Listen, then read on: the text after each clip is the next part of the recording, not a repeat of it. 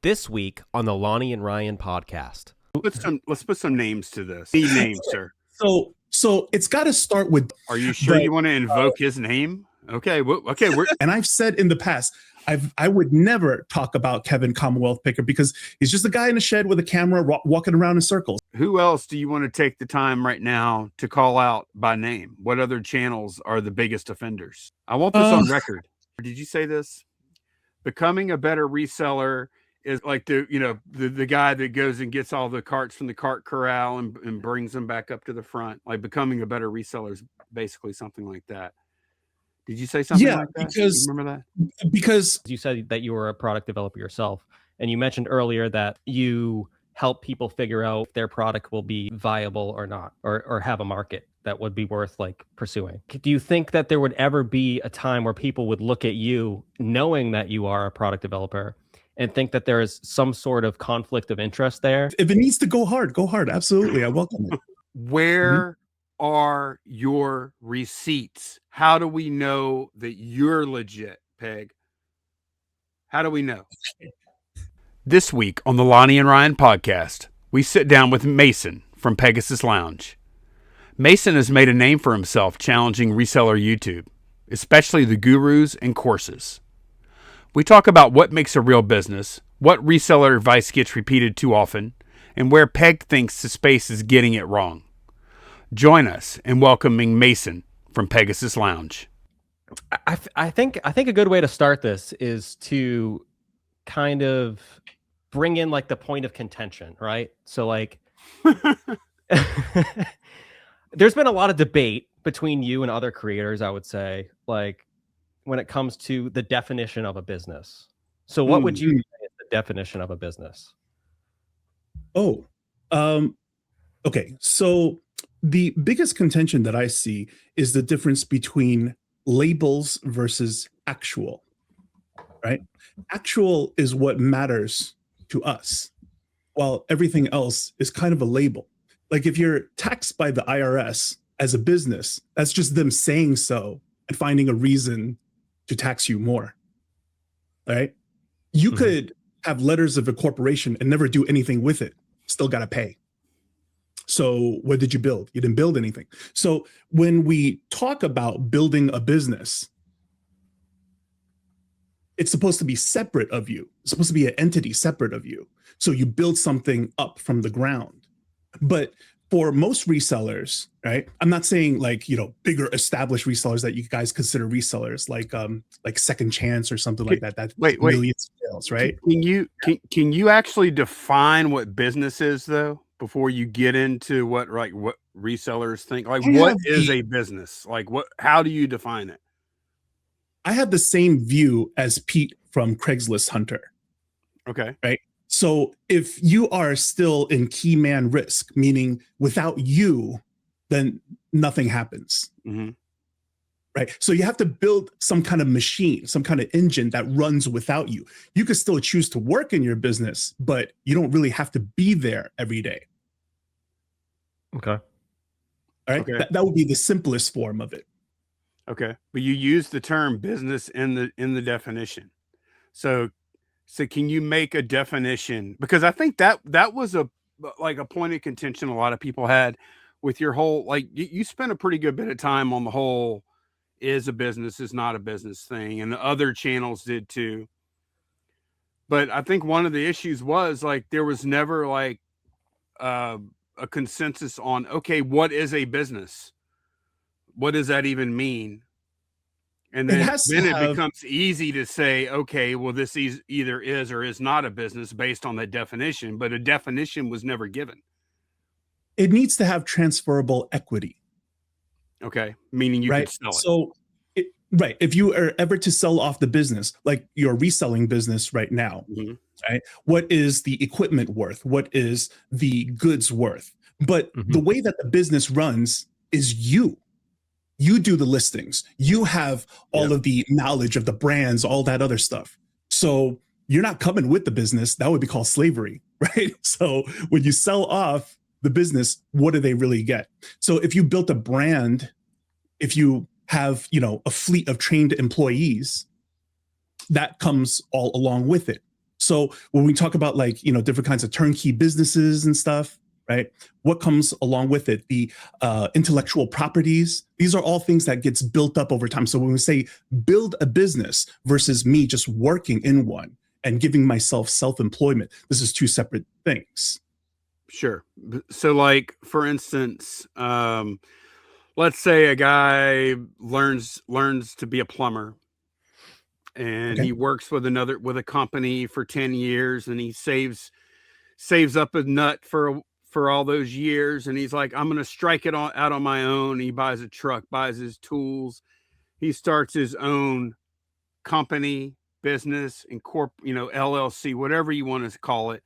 And now he's got his name on the side of his truck, and he's got, I guess that would be a service business. But as you say, except for his client list, I guess, and maybe his service contracts he picks up or whatever, he doesn't really have a business, does he? He's just self-employed. So you're going to say that's not a service business?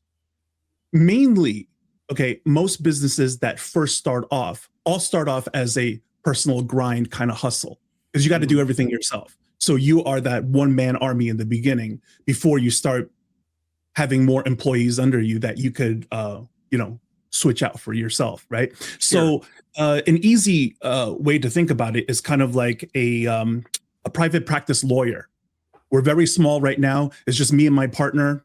We take on all the cases ourselves versus we became a firm.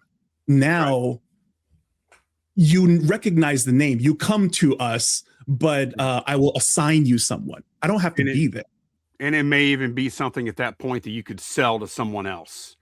Whereas when you first start, you couldn't sell to someone else. It has no value to anybody but you, because I get that.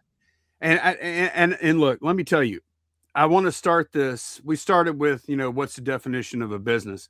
I want to start this by saying this is going to be adversarial in nature. It just is, because that's where the entertainment happens. Okay. Sure. But I also want to tell you that I agree with the majority of what you say, and a lot of the things that you rail on about. I was railing on about 10 years ago. So we are not so different. However, tonight we may be adversarial, if that's okay with you. Yeah, it's fine. If it's good TV, sure. Right. We just want to entertain the people when this is over with. And if we have to, if we dust it up a little bit, that's fine with me, if it's okay. No. If it needs to go hard, go hard. Absolutely. I welcome it. Okay, good. Perfect. I was hoping you would have approach this in that spirit. So, no, have you ever done that? Like we wouldn't show up at all, right? So right. We're already here. So. Have you ever done anything like this, like outside of your channel before? What, just podcast? Yeah. I was on a Profit First Reseller. See, he does a podcast every now and then. I was on that one. Okay. I don't think I've seen that one before. Profit First. No, it sounds familiar. Man, there's a lot of podcasts out there. There are. It sounds familiar. Yeah, it's a smaller channel. Do you watch this podcast, by the way? And where would you classify, based on what you know about this podcast? Is this even a reseller space podcast in your opinion, or what is this we're doing here? Because some of our audience still doesn't know. We're like 20 something episodes in. I think you're always going to have some kind of cool kids club who's always going to be like, I never heard of you. I don't know what this is about. You know what I mean? Right. The thing is, you guys have on all sorts of resellers as your guest all the time, right? I would probably be the first exception that's not a reseller, right? We've had a couple. We've had a few that aren't. That was not. I don't know. You might be. Can we call you Peg, by the way, or would you rather be called Mason or Mason T? I guess fine. Okay, it's a little bit of a weird.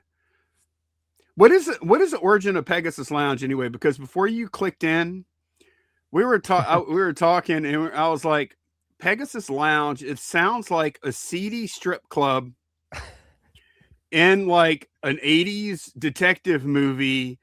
where they have to go question the bartender about the murder that happened last week, and you have just some like superfluous nudity going on in the background of Pegasus Lounge for that scene. That's what I think. So where did the name of this, where did the lounge get its name from?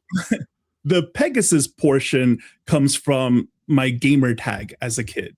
And then the lounge portion comes from, it's shortened for Pegasus Business Lounge. Okay. Okay. I don't advertise that. I mentioned it once or twice, but it's, just shortened from there because it's it doesn't roll off the tongue. It's too long. So just Pegasus Lounge. Okay. It sounds kind of nice. And I like how you call your audience the loungers. That kind of has a nice little ring to it. Yeah, I want them to feel, casually they could swing by. There's no, pressure to stick around, right? It's a lounge. You show up when you show up. I think a lot of people definitely show up for the drama on your channel. Ooh. I would say that's like you said before, right? If you kick up dust, then people watch, and but honestly, despite whatever people see as drama, I always try to make everything into a teaching moment if I can. Mm-hmm.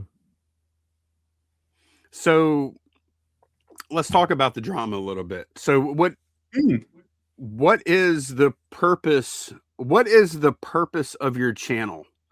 Like if I asked you, can I say something real quick? Yeah. So I appreciate the questions. Okay, so I was originally just going to start a channel and just be like, vanilla business channel, right? But as any real business operator would do, is that you would first check out what's the current conversation going on, right? And how can I add value to the conversation? So I figured if I'm going to start the channel, I'd probably start with what my origins were, which is also eBay. So let me go search what the eBay conversation is on YouTube right now. And then it was predominantly, like I would say overwhelmingly 95% on reselling, right? There's not many content creators that are private labelers of eBay. So from there, I just started to watch videos, and I started to watch a lot of videos. And then I started to notice, I'm like, this can't be right. This advice can't be right. And then it started to feel a little gaslighty after a while, the things that they would say. For example, their explanations of the algorithm, wild, absolutely wild. Let's put some names to this. So who are we talking about here? We need names, sir. So it's got to start with daily refinement. That's got to be the origin. Okay. From my research, that's got to be the origin, right? The whole idea of you got to list every single day, and if you don't, eBay will shut your store down. Now, it's not because eBay will shut your store down. It's because of the model of reselling itself. When you have one-off items that sell, you got to get something to replace it. Because when it's done, it's done. We got to get more things to sell, right? So therefore, the consistency of constantly putting up new items so you have stuff to sell, that's just in the inherent nature of reselling. Why are you saying that it's the algorithm? Because you're trying to inflate your wisdom. You're trying to show people that I know more about eBay than you do, so you start making stuff up. That's not what happens. What about private labelers like myself, who I don't put up a new listing for maybe 6 to 8 months because I didn't create anything new. I just have the replenishables keep going. Why isn't my store shut down? Still making sales every day. So it's false. And it's false because it's super myopic, because it comes from a lens of a reseller talking about his anecdotal experience as just a reseller. What about the other side of the island? What about the other 80% of new inbox sellers? What's their experience? That never gets talked about because 95% of the conversation is all reseller talk on YouTube. So here I am. So bringing it back to Lonnie's original question, and I was going to say this too, because it kind of ties into something that you responded to when we talked about you on like one episode, I believe, one or two. And I think you did a reaction to the episode. And I said something in that episode. I said something in that episode where I questioned, like, what was your overall motive? Because you said in your own words in one of the videos I watched of you, I can't remember which one it is right off topic. Correct me if I'm wrong, but I'm pretty sure I heard you say that you don't do this for like AdSense revenue or anything like that. Is that correct? Yeah, because there's barely even pizza money. Like, what do you guys make on on this podcast, right? I'm pretty much listening to you. Yeah. So, but your response in that video to me directly, and now that I can respond to face to face, I can tell you, you said, well, why do you make videos eating like chicken on video? Because I'm a food creator. Why do you make videos eating chicken? And I mean, the answer is simple. I make food videos because they make money for my family. I like doing them, of course, but like the fundamental reason is I make money. Like the money I make from doing short form content literally like puts my son through school. So like that's the reason I do it. More of the angle of like you didn't really need a reason to, like, you know, you do what you want to do. Okay, so you know what I mean? Like I wasn't being contentious. I'm just like, well, why do you make burrito videos? Is you do whatever you like. Well, okay, but let me add some more context to this, because like here's the other part that hasn't been said, is that the point was like that we were getting to, and I don't know if you understood this or not, Peg, during that video, we weren't disagreeing with anything that you were saying. I don't think at the time. We were just like, what is his motivation? If his motivation isn't AdSense, then what is the motivation? Is it just to be a good guy? That was the Mother Teresa bit, right? Or is it something else? And that's something else that we assume, or let me speak for myself, I assume was for you to sell your consultation services. These aren't the real gurus, and I'll show you why. And that's the problem with the space. Their information sucks. They're charging money. They don't know what they're talking about. Okay, we're on. Yeah, you're right. Also, I am the real guru that really knows. That's kind of the point that I think we were making there. Maybe not as directly as possible. It's like, okay, what is your angle? What is your motivation? Okay, so I'll explain this. Essentially, everybody wants to put decent content on the internet. You don't want to just come up and, you know, lie to people and, you know, do evil things, right? Like, sure, nobody's intention is that. So, like I said, originally, I was just going to make a regular business channel. I wasn't even going to go the path of, you know, resellers and stuff like that, had I not looked into it and then saw that was a dominating conversation. And then the more I watched it, I'm just like, this advice can't be right. So what value I had to add to the conversation was to make videos saying that, you know, I disagree with this, right? So from there, I started to notice that, like, okay, a lot of the comments that I'm getting are people who are frustrated with reselling because they're taking the advice, you know, as literal as possible, right? On their word of like, hey, I only need to do 5 a day, 10 a day, and then therefore it's going to make certain amount of sales and stuff like that. And then it's not happening for them. And the work is tedious because it's endless, because you're doing everything yourself. Okay? So it was from there that I started to get more and more requests of like, okay, so what do you do? How do you do it? And that's how the whole, eventually I'm like, okay, I'll do a consulting thing. I'll help couple of people out. And then it started to roll from there. So it wasn't the initial intention so that like, don't buy their course, buy my course. You know, technically, I don't even really what it looks. That's just what it looked like to me, because I was like, okay, he stated it's not the AdSense. So what is the point? So I just assumed the point had to be to steer towards your course, or because you also had courses in the past though too, right? For like, you did something with vaping or something in the past. Yeah. Okay. So the vaping thing, I was just a technical channel. I wanted to be different than all of the other vape bro channels, right? Just be like, yo, I love this juice, tastes good, bro, blah, blah, and then, you know, turn off the camera. Okay. Okay. I wanted to do things where we had electrical experiments.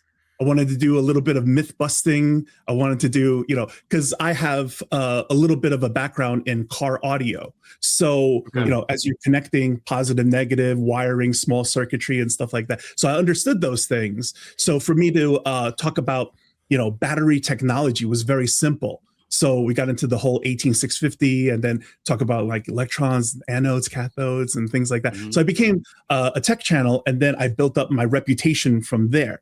Eventually, I started to release my own products because people would talk to me about like, hey, do you see this chip, that technology, et cetera, et cetera. And then I was also doing a couple of DIY mod episodes, so that you solder your own stuff. I just put it on camera. And then people were asking like about a certain chip. So I had the idea. I said, hey, do you guys want to put together a mod to as a on the show, right? So basically I'm crowdsourcing the idea as well as anybody who's interested in this. And then it was a overwhelmingly positive response, right? So we started an Indiegogo campaign for this, and we ended up collecting something around like $68,000 to do this like campaign mod together. So when you think about clothing brands like FUBU, it stood for us by us, right? So I was kind of doing like a FUBU vape mod. So at the time, you had all of these Chinese mods that came out.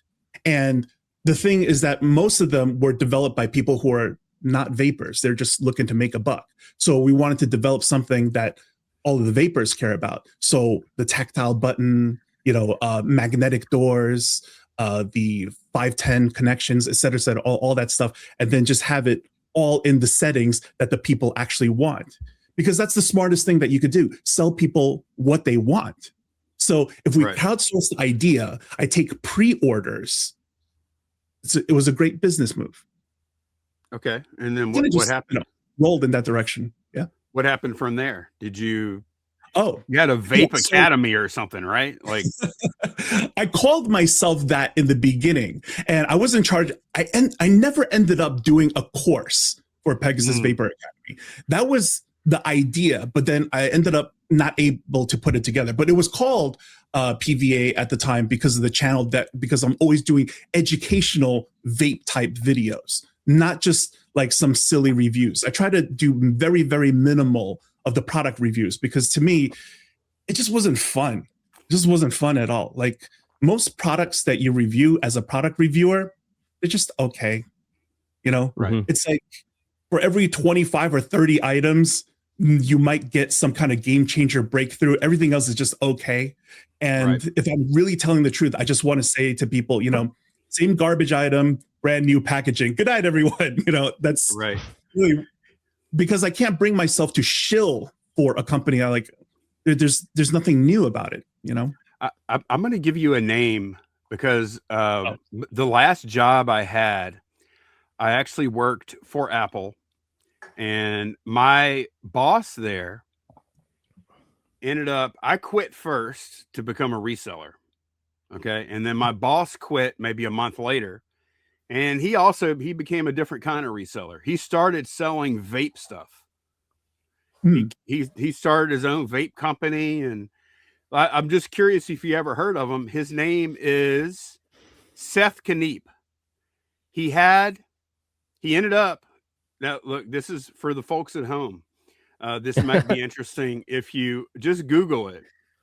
And look, wasn't he on CoffeeZilla? He was on CoffeeZilla. Okay. Yes. So which is not really a good thing typically, right? And it wasn't this time either. But yeah, I ended up buying all of his vape stuff when he went out of business. He pivoted to become, he ended up becoming quite the guru himself. He had the Just One Dime, and it ended up, look it up if you want to, but it ended up getting taken down. But I helped him along the way because an intermediate step, he sold all of his vape stock to me. Right. So that he could afford to rent an apartment to use as an Airbnb. And that was like his intermediate like hustle step to get to How'd you end product up development. flipping all the vape stock because you can't put it on eBay? Well, no, this was like right when, this was a long time ago. This Okay. was right when they were starting to not let you do it. So most of my, so the juice that I had a ton of juice. I had to sell it local. Any of it that had nicotine in it, I couldn't sell it on eBay at that point. But I had like knockoff Snoop Dogg vaporizers and all this other stuff, right? Probably fakes.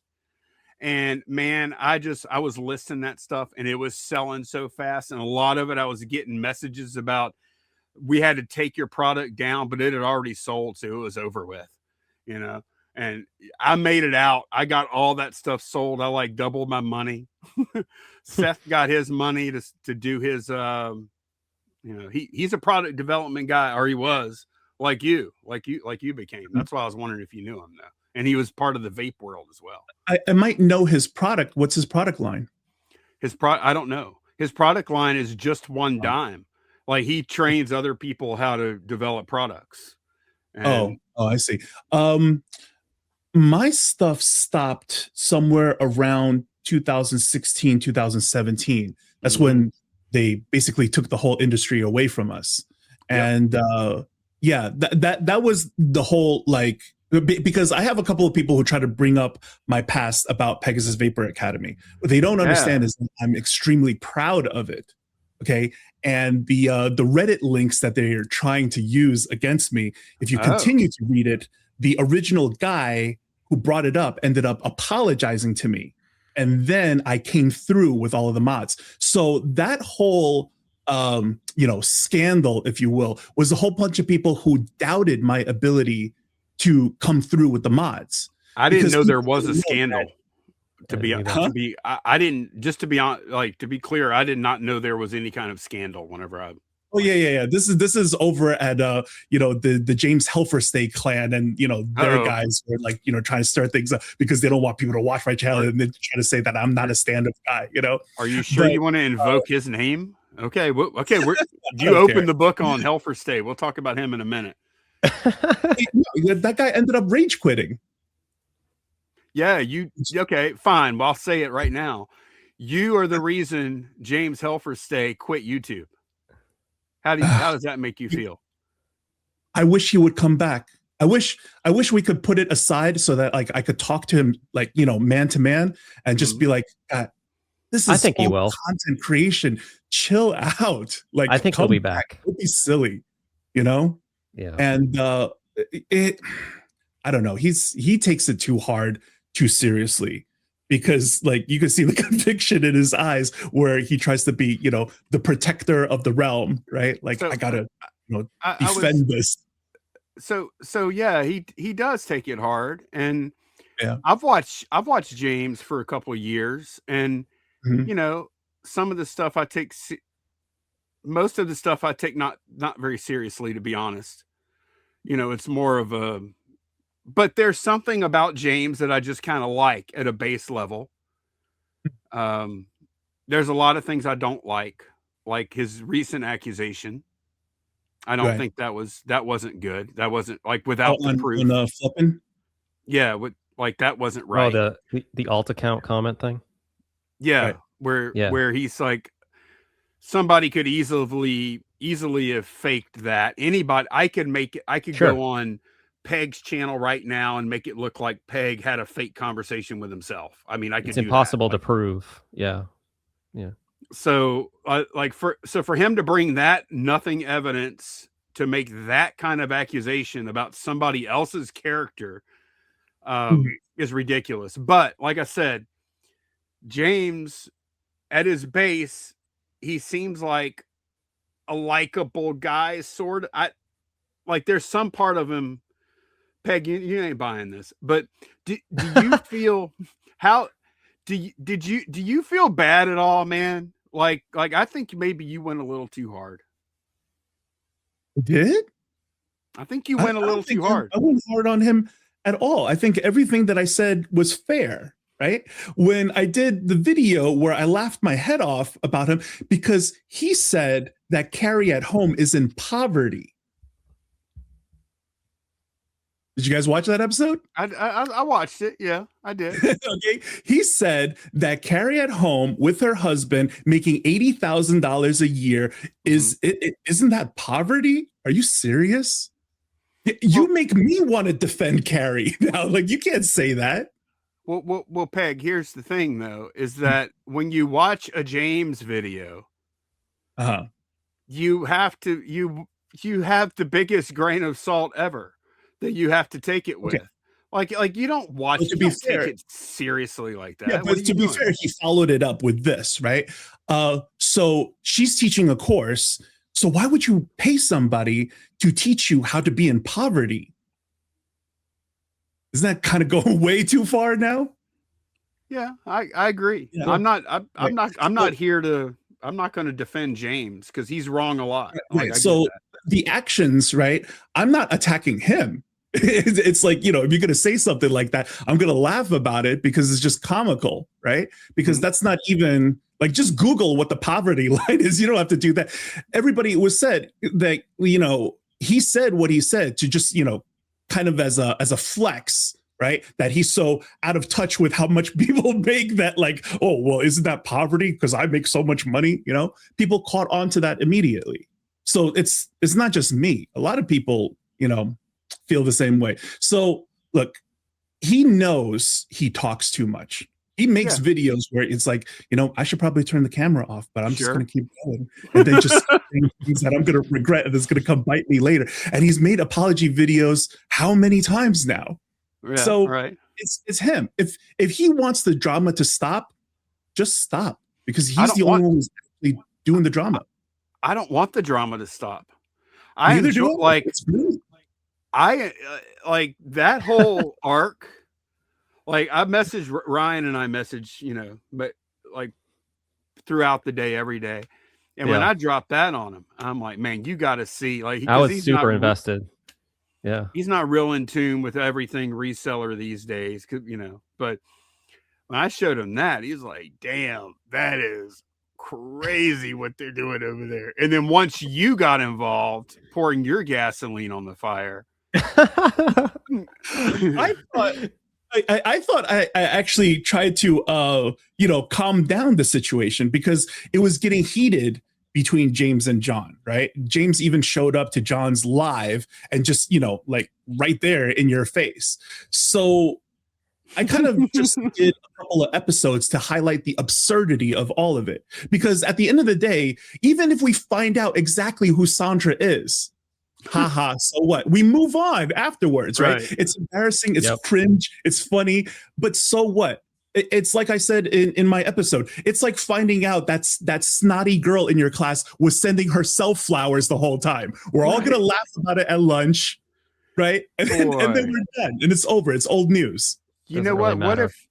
What if we find out eventually, one of these days, we find out that Sandra was really Peg's alt that he set up in Commonwealth's video on just the hope that James would discover it. It was a 4D chess drama move. James found the alt and it went in motion. If you did that, sir, then like hats off. I actually don't sit through too many live shows. Right. Because there's too much content to watch. There's too many people's channels to watch.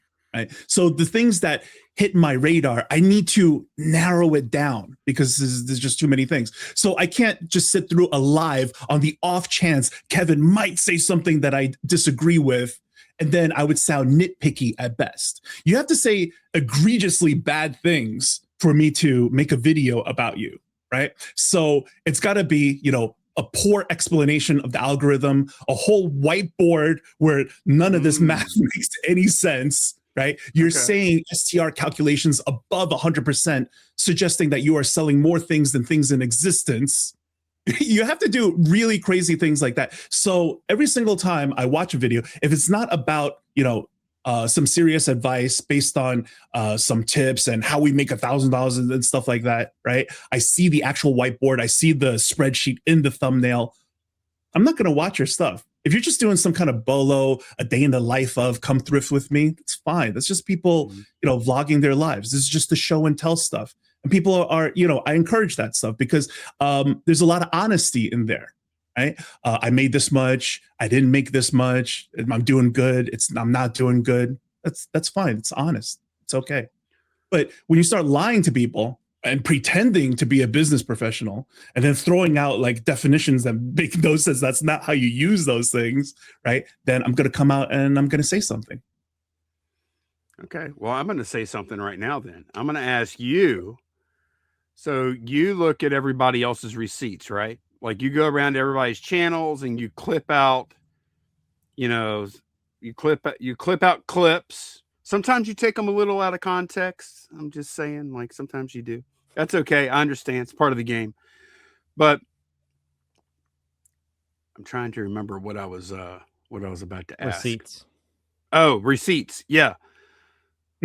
Why you also make a plea to authority at the beginning of your videos, right? Like you say 20 plus year product development, etc. Where are your receipts? How do we know that you're legit, Peg? How do we know? Okay, so here's the thing. It doesn't matter. No. It's not that it doesn't matter. Okay, few things. Number one, I can't show receipts that would dox myself. Right? That would be stupid.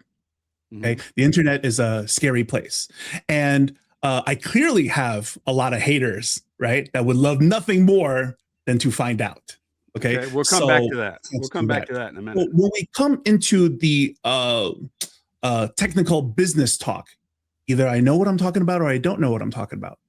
So it's kind of like if you talk about Comic-Con, right? And you're talking about like, maybe the Javits Center or this convention, that convention, and you meet somebody else who's like, oh yeah, I go to those things too. But then the way that they're describing what the halls and the conventions look like doesn't make any sense. It's clear they're making it up. You're like, they're not who they say they are, right? Versus other people where all the details that I put out, you could tell I am who I say I am. And if that's not good enough for you, then I really don't care to change your mind.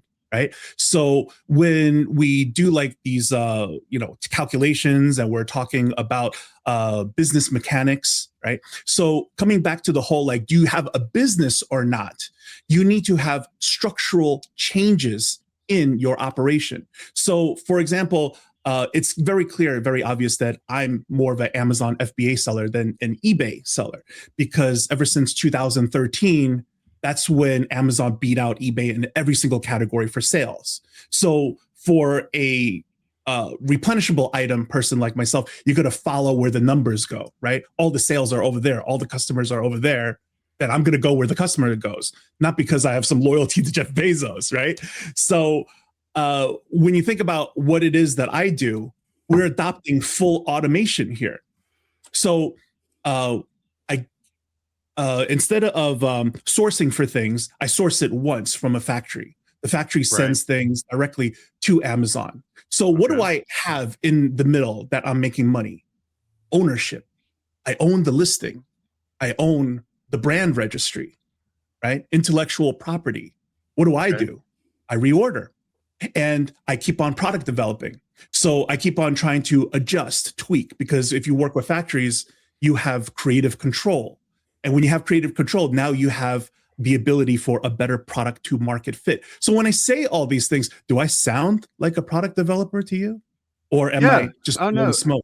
Right. No, you sound, you totally, everything sounds like when I watch your videos, like I'm a reseller. So of course I'm going to be predisposed to, like, you're pretty anti-reseller. So I'm going to be pretty, you're anti-reseller content creator. Of a lot of well, I'm not really anti-reselling. I'm not really anti-reselling. That's a big misconception. Everybody needs to start somewhere. And the easiest way, the best way these days to learn the ropes, start off with reselling. Because where else can you start off with a couple of things from home and then go out to a thrift store so that you could try a couple more things? The question is, why are you doing this for the long run when really you need to change certain structural things? Because if you're in it for the long haul, if you're in it to actually say, I'm building a business here, then you want to do something where it's exactly as you said. If Lonnie could sell those shed magnets, I'd never go to another garage sale again, because you have automation, right? That wasn't fair, and you know it, because no, it wasn't, because Lonnie has never gone on record as being against selling a replenishable, selling a white label product or a private label, whatever y'all call it. I've never said that reselling is better, worse than any other vocation out there, but I felt like that was presented as a smoking gun. See, Lonnie agrees with me about everything, because he says he would sell if all he had to do was just list, like sell these magnets up here. That's all he would ever do. Of course. I mean, yeah, I would totally just sell those magnets all day. That's all I would do if I could. But I don't see how that's a smoking gun of some sort. Because it's about like what you would prefer to do if you could do it. Yeah, sure. Right. So what's stopping you from looking into it and doing it? Because it would be a preferred method. Yeah. So nothing. I did do that actually. That my channel brings, right? That there's more options. There's more to go from just reselling. While most resellers sell reselling as the destination. Otherwise, if you level up, if you evolve to product development, having your own white label item, et cetera, all those things, why you need a reseller channel anymore? So they want to maintain their subs. They want to maintain their viewership. So you would sell reselling as destination. That's the part right there that I do have. That's where we disagree. Because, I mean, there may be who are these people that are making this argument that you're talking about right now? Who is saying this? A course. Everybody who sells a course. That's what I'm talking about. Every channel who sells a course, that would, because they're incentivized to do so. Do you sell a course? Not really. No, I sell. Yes, you do. Yes. And this is the issue here. You just defined it as everybody that sells a course is motivated, right? Because they're selling a course. You sell information as well, however you want to call it, packaged. You sell information as well. So that same thing you said would work both for you and against you, right? I give away the information for free. I sell brokerage. I offer brokerage service. Okay. I'm a sourcing agent. So what happens is that, the consultation is for people who show up with a list of items that they want to try. And then I pressure test it on the spot. Basically, what would it cost to inland this item? Is it profitable based on current sales of other sellers? Does it look like it's a good idea? So I give you a definitive thumbs up, thumbs down. From there, they pay me a retainer so that I'm their sourcing agent from now on. So whenever they need factory support, as well as logistics, lead times, quality control, I do all those things for them. So, because of what Dave said during our podcast, right? Because you have the knowledge, experience, and contacts in China. Right. Okay. But there's no video courses that you have to watch. I have that's why. Yeah. But my point was not a course, still selling something that would make you motivated against something I else. offer service. Yeah, for sure. So that same logic you are using for people that sell courses, which I don't, and for the most part, I think the courses are all BS. I'm with you there, right? I'm just saying that you're calling out their motivation because they sell a course. Well, you sell something too, so your motivation could be equally inspected. is all my only my motivation is for anyone who wants to level up. So for your hobbyists or collectors or people who enjoy that thrift, they go out thrifting for their personal reasons. And if they happen to see something that's right there that they know they could flip for good money, why not, right? So yeah, those people, that's their prerogative. Now, for the most part, okay, my channel is for people who have been steered one way and they're not looking for that goal. They're looking for building an actual business. People who want to level up. Right. Yeah. Okay. So my criticism is that for the other guru channels, right? What you're saying is kind of suppressive because you already know that reselling is kind of a grind and you don't really have any answers for when people talk about burnout. Most of the time when you listen to any kind of video about burnout, what do they tell you? They tell you how to emotionally deal with it rather than to solve for the burnout. There has to be some kind of structural change, some kind of business mechanic to fix the burnout. What is the burnout? The burnout is when you feel the juice is not worth the squeeze. It's repetitive work and you're not being properly compensated for it. If you're making hundreds of dollars for every transaction that you do, that's well worth it. You're not going to feel burnout when that happens. So you don't need a pep talk. You need better profits. So how do we fix this? My answer is with replenishable products, because that's the only way that you could guarantee that something is going to sell out completely. And if it doesn't, we exit this item and it's dead to me and I never want to do it again. But if it's good, we reorder. Things that we reorder, we're definitely going to get rid of. So we want to build up another pipeline channel of an item, an item, an item. So when you build up these things, you're actually doing something that compounds. But in reseller education, they tell you, right? You keep doing this, it's going to compound. You stay consistent, it's going to compound. It doesn't compound. You get progress in the beginning and eventually you hit a ceiling because there's a physical cap, because time is finite. A lot of things like that. So the only way to break this is to leverage things like money, employment, people, technology. And that's not what's happening for most solopreneurs in reselling. It's just this one guy or it's just this one couple. They're not hiring more people because the margins aren't there to justify it. And when you think about what reselling is, it's very simplistic, right? Sourcing, processing, listing, shipping. So if you were to take somebody under your belt, they would easily learn the whole business. So when you are hiring somebody in reselling, anybody that you hire, they have to justify their cost. So when you used to work for Apple, how much money do you suppose you made for Apple where they would justify paying you the salary? Much more than whatever they're paying you, right? So, or how does this make any sense?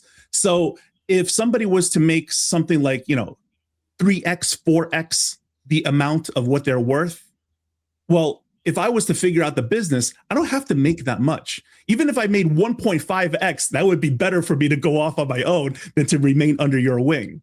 So to have employment, it has to be a symbiotic relationship where the employee is better off with you than to go off on their own and risk it on their own, right? So how does this apply? How does that apply? What you're saying, how does that apply more to reselling than it would to any other vocation, though? What I'm saying is about the growth, the misapplication of growth. People are misled here that, we just have to work hard and we're just growing the business and we're growing and we're growing. It's not growing. For most resellers, what do you actually have as the store size gets bigger? It's probably bloat more than actual business growth. Yeah. No, I've always said that. That's one of the things that I agree with you on. And I've always said that reselling is a great side hustle. It's a great additional income for someone that has a job and maybe they want to buy a house and they need to make ends meet, or they want to save for a down payment or kids' college or whatever it is. It's great for that. Full-time occupation is terrible. It's very hard. Because, and it kind of touches on what you're saying, that first 10 hours a week that I spend on reselling makes gobs and gobs of money because it's like the cream of the crop. It's the cream right off the top of what we do all week. But then if you look at the other 40, 50 hours, that effectiveness goes down the more time goes on, because your home run finds don't go up proportionately. Just because you spend 5 times more time sourcing, you already hit the honey holes first anyways. So you're probably going to places that are more mediocre. So putting in 5x the time might double the results, but it ain't going to 5x the results, you know? So I'm with you on that. Right. So with what you said, how do we reverse that? How do we flip that on its head where it's like, you know, everything is gravy the first 10 hours, right? Everything that will sell quickly would have already sold quickly in the beginning. Right. And then things that need more time, it needs more time. So how do we flip this? You would have items that you could capitalize your wins on, because it's already difficult enough to figure out what people will open their wallets to you. By the time you finally sold something that, like, hey, you know, people were buying this, how do I get more of it? And then I could put that on a conveyor belt and then move on to the next thing, the next thing. By the time you have 5, 6, 7, 8 items under your belt, that is a compounding effect.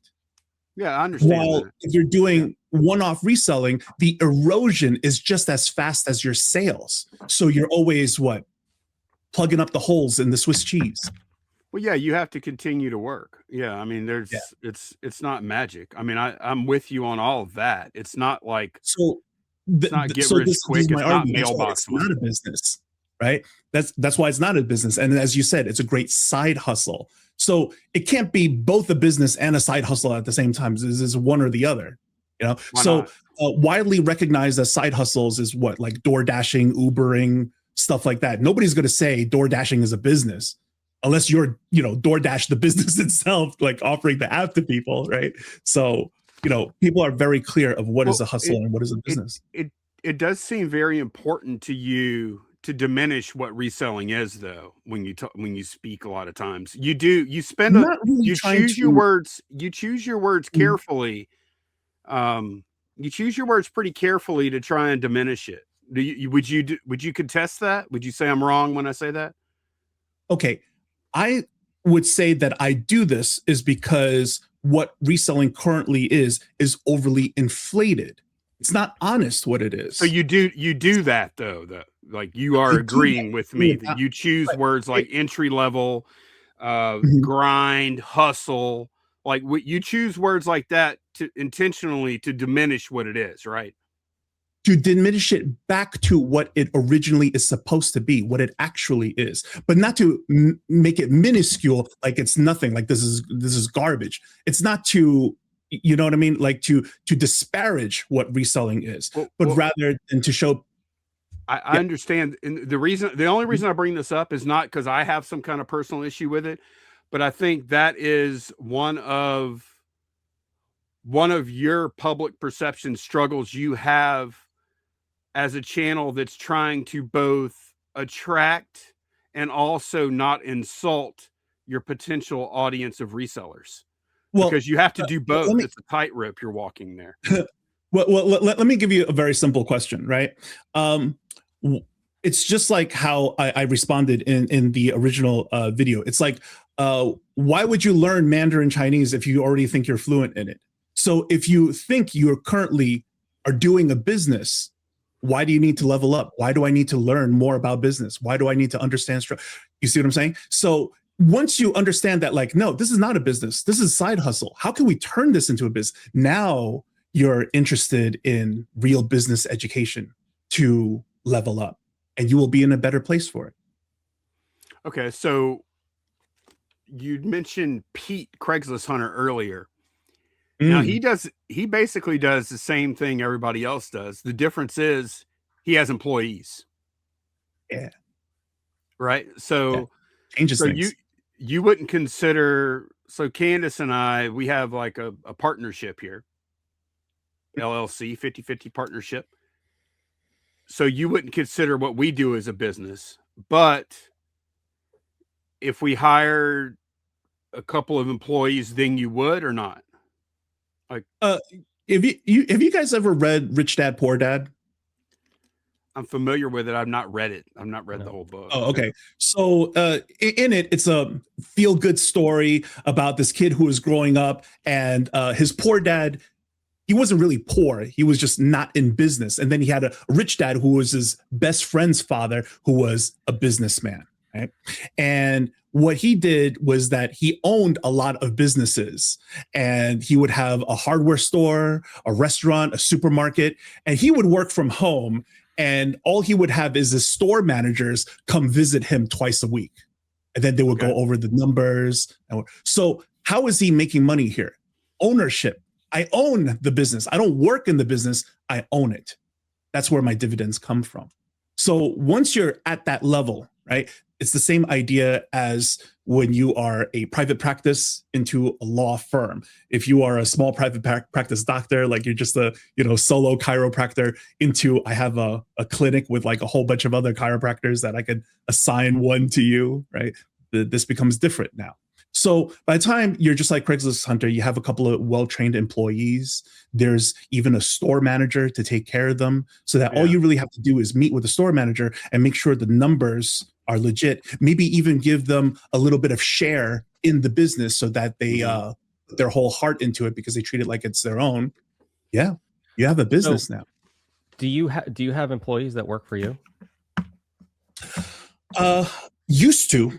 Now I have mostly virtual assistants. So you could say that they're employees. You could also say that, my secretary in China is an employee. Yeah. But if you're not there, can your business run? No, your typical employees like Craigslist Hunter, but yeah. So like if you weren't there, can your business run without you?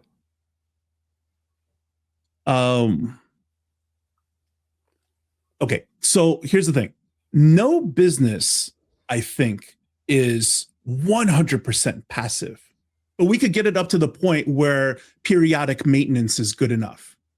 Right. So yeah, I'm at that point where periodic maintenance is good. So every single Monday I meet with my campaign managers, right? And they let me know like what's going on. I get the spreadsheet reports to show me the how my advertised costs and total advertised costs are up or down, right? How the sales are doing, whether or not I need to reorder stuff. So it becomes basically just maintenance.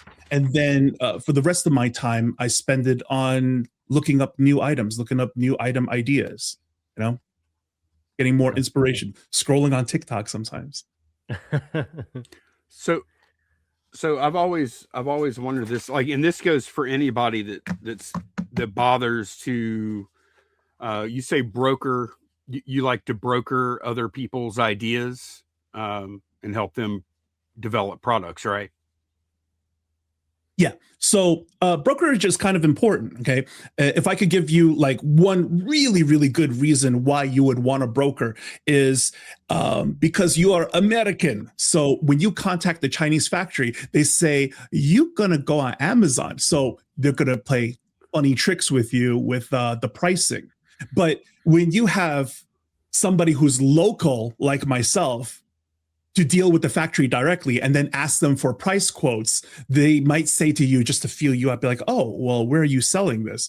And my people would say, it's none of your business where we're going to sell this, right? And plus they're local Chinese, so they can't feel you out over here. So they're a little more honest with the prices. If they already know exactly which market you're going to sell it to, they're going to do what? Their market research of roughly, how much you're going to make. If they think you're making a killing, they're going to try to make a killing.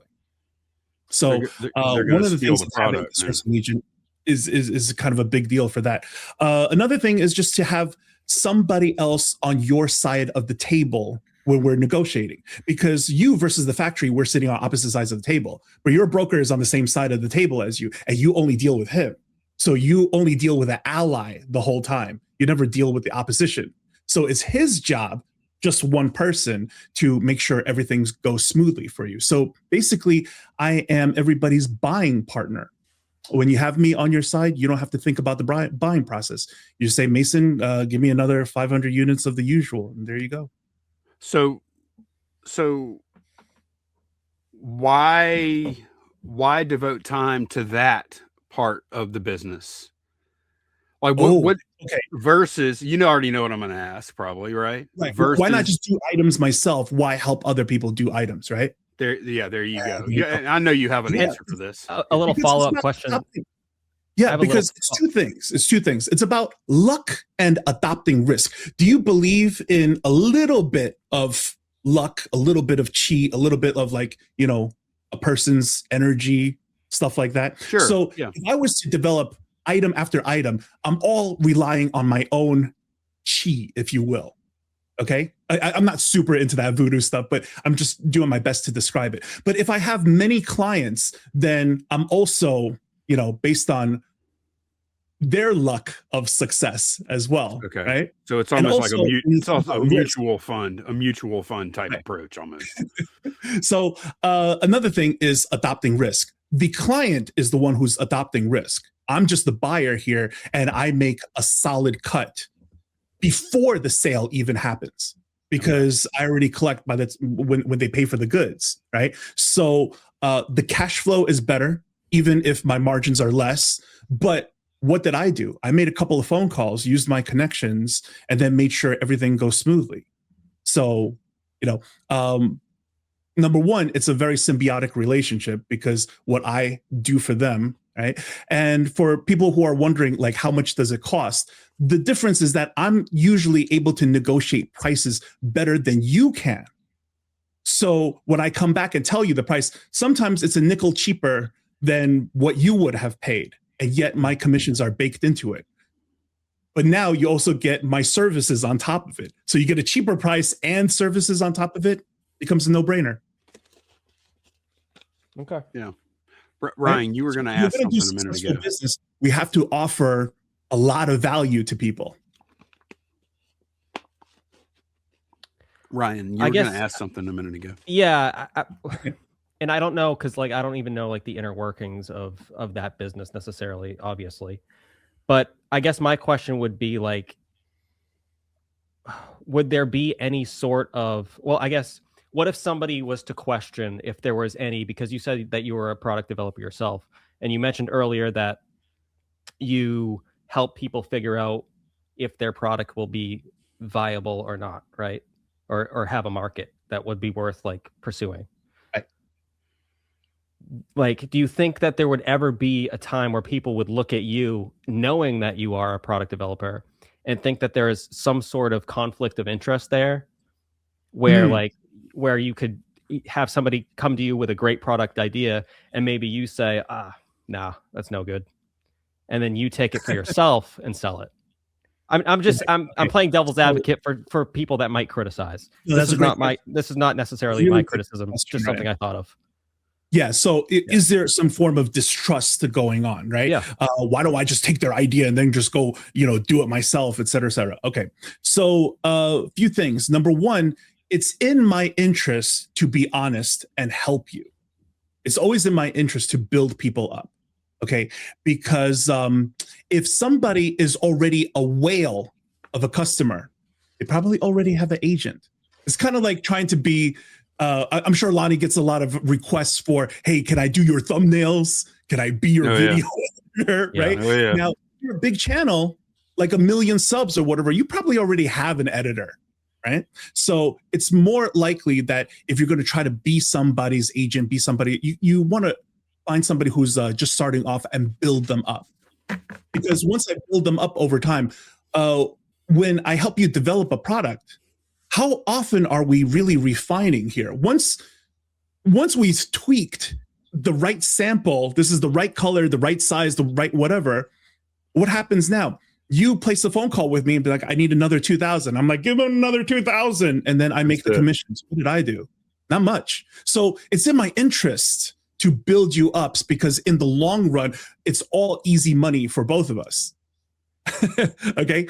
Number two, you never want to backdoor somebody's item. You never, ever want to do that.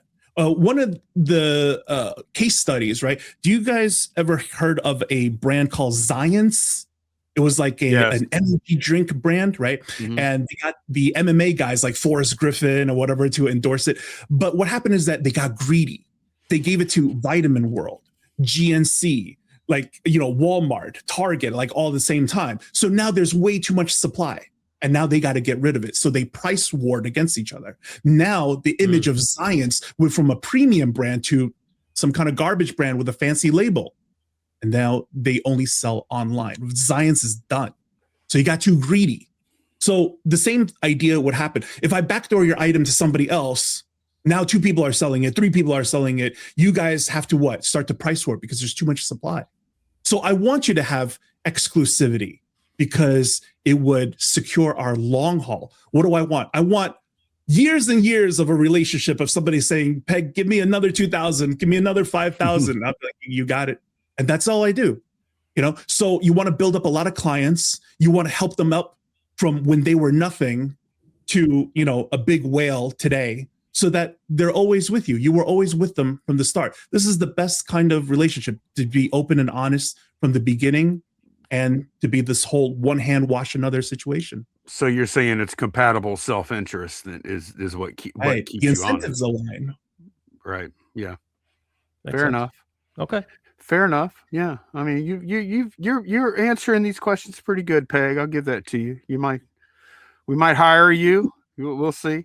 Well, we have some kind of idea, right? We'll spend a little time just pressure testing the idea, right? In the past, for example, I had people who was very interested in Tekken Sports' crossbolt ruler. You know what I'm talking about? He sells like this little ruler that's like attached. You just put it there, and then you take clothing items and whatever, right? And Brian, are you familiar with this? I'm not. Like no. No? It's you don't know what that is? It's for like clothing measurements, right? To show like the pit to pit measurements and things like that, or is it something else? Yardsticks with a bolt in the middle. Yeah, and then you just put it on the clothing, and then boom, there you go, measurements. So that you just place it there, and then you take your snapshot. That way, you take photos very quickly. Okay, so the idea was they wanted to also do some kind of a reseller item. They wanted to go into product development, but the only expertise that they have is to be a reseller. So they wanted to do something like that. And I said, okay, suppose you were to do something like that. What would your search terms even be? And who's looking this stuff up? What category would you even put it in on eBay? See, the thing is that when you're trying to sell your first item, the reason why reselling works is because you are piggybacking off of a well-known brand keyword, Levi's, Carhartt, Diesel, whatever. Yeah. But when you are trying to do your own item now, it needs to somehow align with the algorithm. And all you have to do is replace the word algorithm with what? Customer search behavior. That's it. So what are people click-clacking into the keyboard when they're looking up stuff? They're not looking for reseller tools. Nobody's searching the term reseller tool, right? So what would you even call this thing? So the problem is, if you were to get into this, your item would be invisible. So why is Tech able to sell it? Because he sells it to his following. He's not selling it on eBay. Right. So it's things like this that I try to make people aware of when they come to me for a consultation. And I say, okay, the problem here is, how do we even get initial organic foot traffic on this thing? It's not there. So hard pass. It's a lot easier when you have a built-in following, right? Like Tekken Sports or me or Ryan or you. Yeah. So if you have, you know, something that you want to sell to your following, number one, it's all about knowing your demographic. So currently, my friend, Profit First Reseller Joe, that I mentioned earlier, he is currently selling packing tape to his audience. Mm-hmm. John from FAE featured it on his channel. It's a 3-inch wide packing tape that pulls quiet, right? Yep. And he offers it for about $1.50 cheaper per roll than Uline does. So does he research? Does he? Is it $1.50 cheaper? Per roll, it's $9. It's super expensive on Uline. He sells his at $7.50 per roll. So he's already beating out the main competitor. It's still not cheap, but he's already beating out, like, you know, whatever you're searching for, right? So I get it, and I watched your video because I saw what Helfer Stay said about the tape too, and I get it. Like I have a channel that's all about packing, so this hits home for me. I've thought about buying Quiet tape. Man, his tape, it looks appealing, that stuff is about $9 a roll to the door. Right. It's expensive, dude. Like it might be awesome tape. The question is, do you need it for your setup? Right. So for certain people who want to, like, I want to get my packing done at 4 a.m. Sure. And I don't want to wake up the entire house, or Right. I got the baby. And if you wake the baby, everybody's mad at you. So maybe now it's worth the $9. Right. No, and like I said, there's like, it's either worth it or it isn't, because it's definitely like 4 times more expensive than the loud tape. So if you have an application where it's worth it, then yeah, go after it. But yeah, I had it in my cart, and then I was about to order, and I looked at it, and it was like $54 all in for 6 rolls of tape. I'm like, man, I want to try this tape so bad, but I cannot do that, because even if I like it, I can't with a straight face go on camera and say, hey, everybody, buy this $9 a roll tape. I can't do it. I can't do it. I'll have them hook you up. I'll have them send you 6 rolls. It's not about that. It's not about me spending the money. It's about me recommending it to other people if I don't think it's the right value proposition.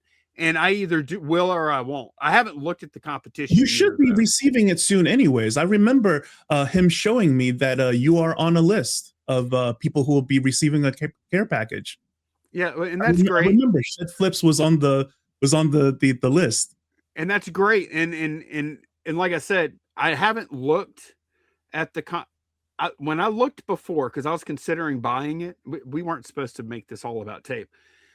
I found a place that was like $5 a roll for the same, like 3-inch and 110 yards, I think. And the thing is, I don't know if it's as quiet as his is, because one thing I can tell you, I watched his video. I lurk around here and there. When he pulled that off that roll, man, it pulled like you couldn't hear it at all. I'll give it that. Yeah. So it's impressive like that. I like that about the item, because it's got that wow factor, right? Mm-hmm. But what's most important about it is, like, product development. Your demographic. Right. He is not a clothing reseller. He's a video game reseller. So he's probably got more viewers that are actually doing boxes than poly mailers, right? Mm-hmm. So for yourself, Lonnie, if you know your demographic, you know who your viewers are, and you figure out what they want, just end up offering it to people. There's nothing, wrong with that. The reason why I'm so critical about like all of these reseller gurus is because tit for tat, you're selling people hot air. That's what the problem is. It's item not as described. Like I said, man, I've always been on that same, like, from early days. I've been anti-guru, anti-course. I've thought it was all a bunch of, Ryan can tell you that. Like, I have some deep lore there. I have no allegiances with any of these people, any of the snake oil salesmen. I have zero allegiance, and I never have, because I've been against it. But when I look at you, then my alarm bells are up. Like, okay, for one thing, your content is very what's the word? It's entertaining, which is that's job number 1, and you fulfill that. But it's also very salacious, I guess. Is that the word? I don't know if that's the word or not. But you really, like, when I watch, I'm like, okay, what's his angle? What's he after here? And that's what I think you picked up on that whenever we did the podcast, and you kind of put a few cuts in there. You probably kind of picked up on that, because I have noticed that you try to do some of your just like educational type videos, 300 views, 400 views, whatever. Although it looks like they're doing better lately, which is good. You're growing. But then you're like, ah, shit, I'll do a drama video. They do. And then you're like 2,000, 25, 3,000. Okay. Let me kick James around a little bit more. Boom, boom, boom. 3,000 views of you kicking poor little James around, some picking on James again.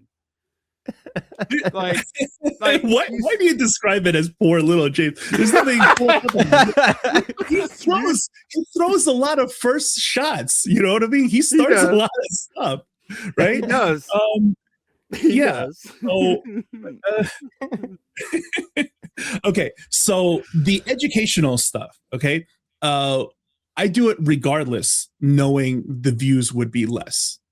Right? I make whatever is comfortable. And I say the things that I say because I don't want to compromise on how I feel about stuff. I'm not going to do a video because I might lose subscribers. I might that's not the way to do it.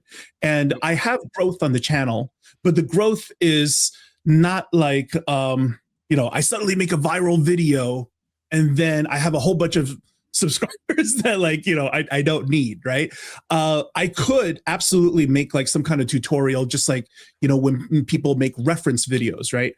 Such as how to sign up for eBay in 2025, right? The eBay starter guide, blah, blah, like they make those videos and those things get hundreds of thousands of views. They do. But those subscribers, they don't stick around.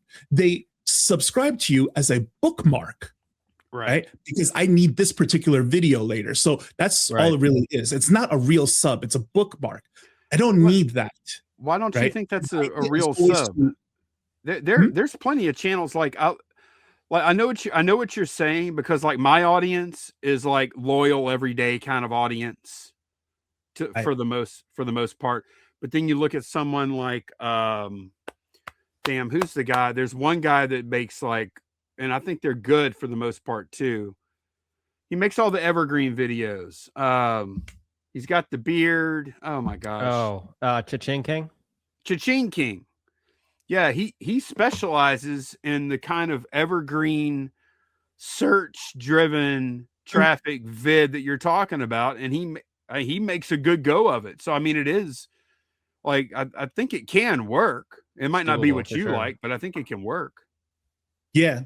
I'm actually highly critical of Scott Kelly as well. I'll just say it. Is that his name?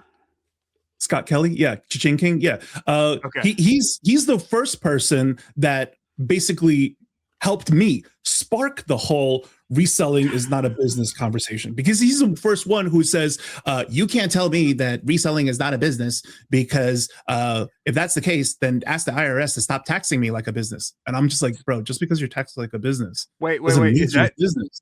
Is that was that your white guy voice that you don't necessarily like too much? Impression of him. Right. So he started with that one first. And then I have another point of contention, which is I don't believe that the 80-20 rule exists operationally in reselling.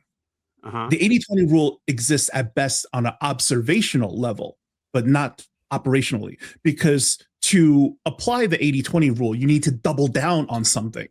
What exactly are you doubling down on if you're dealing with mostly one-off or limited quantity things? Once it's done, it's done. If I can't get more of it, how do I double down?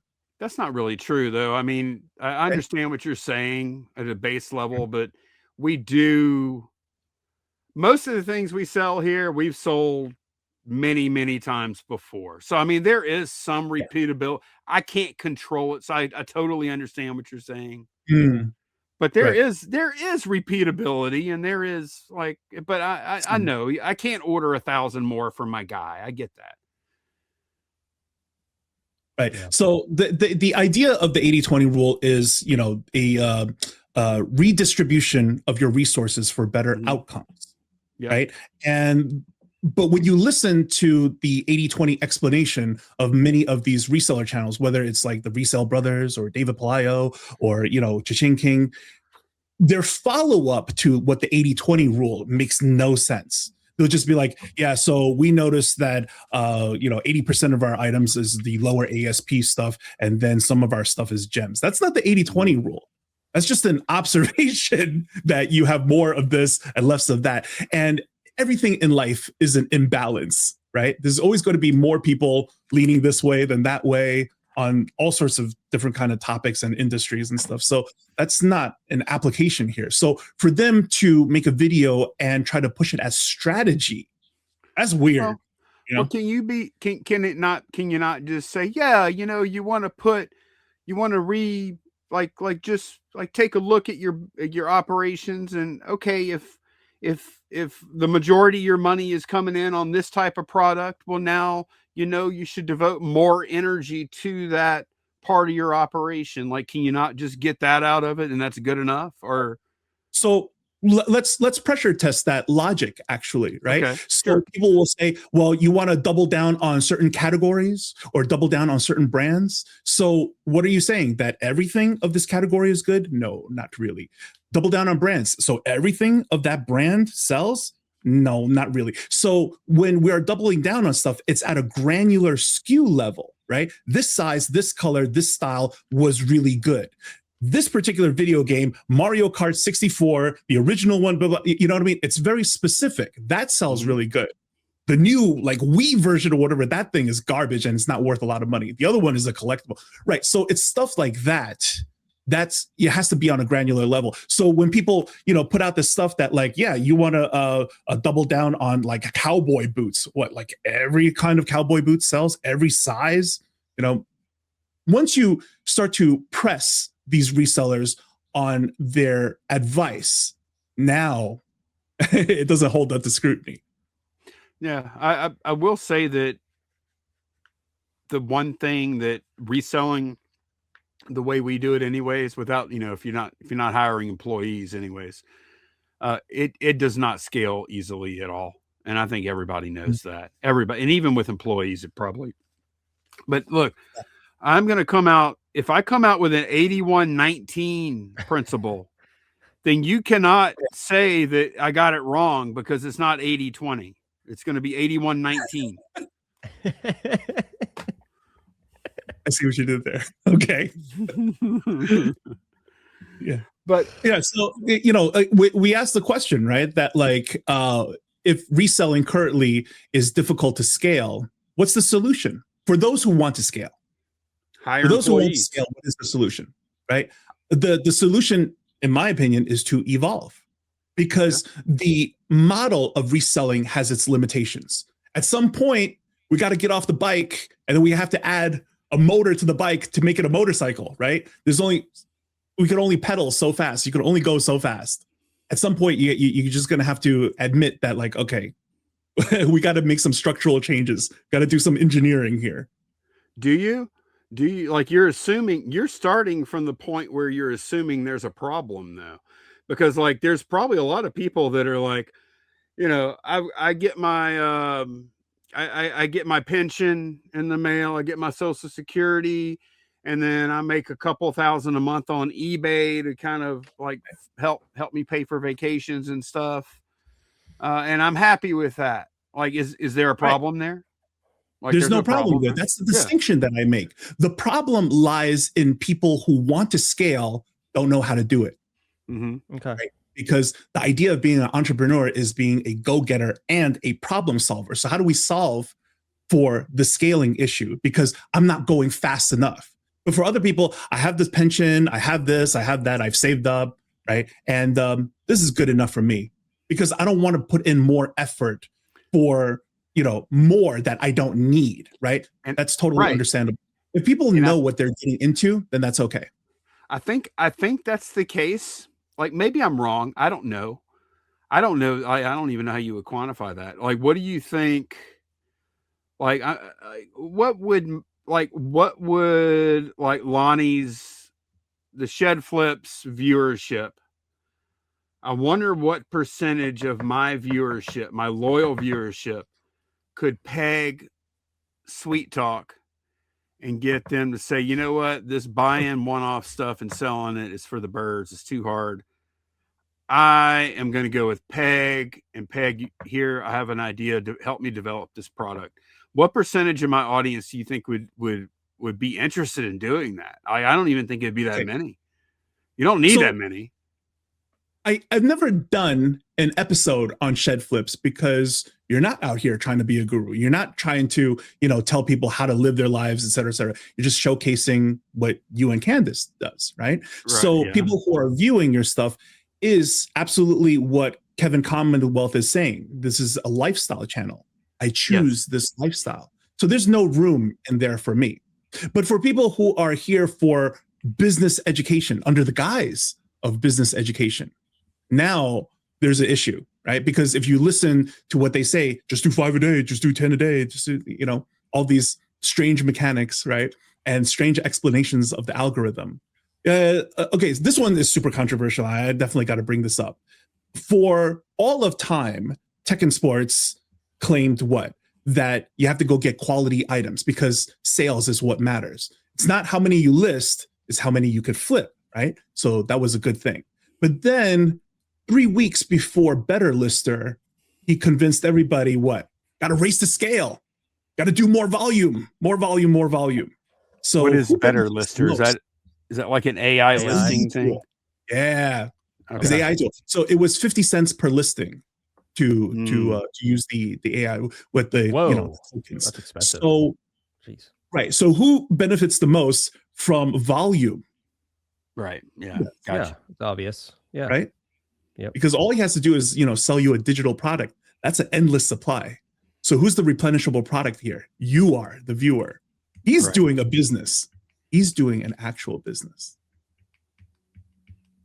Yeah. And that's, I don't know. I didn't even hear about that product before. Like, I have no idea if it's a good product or not. People slammed them on that. A bunch of people came out. Poochie came out. Josh Graff.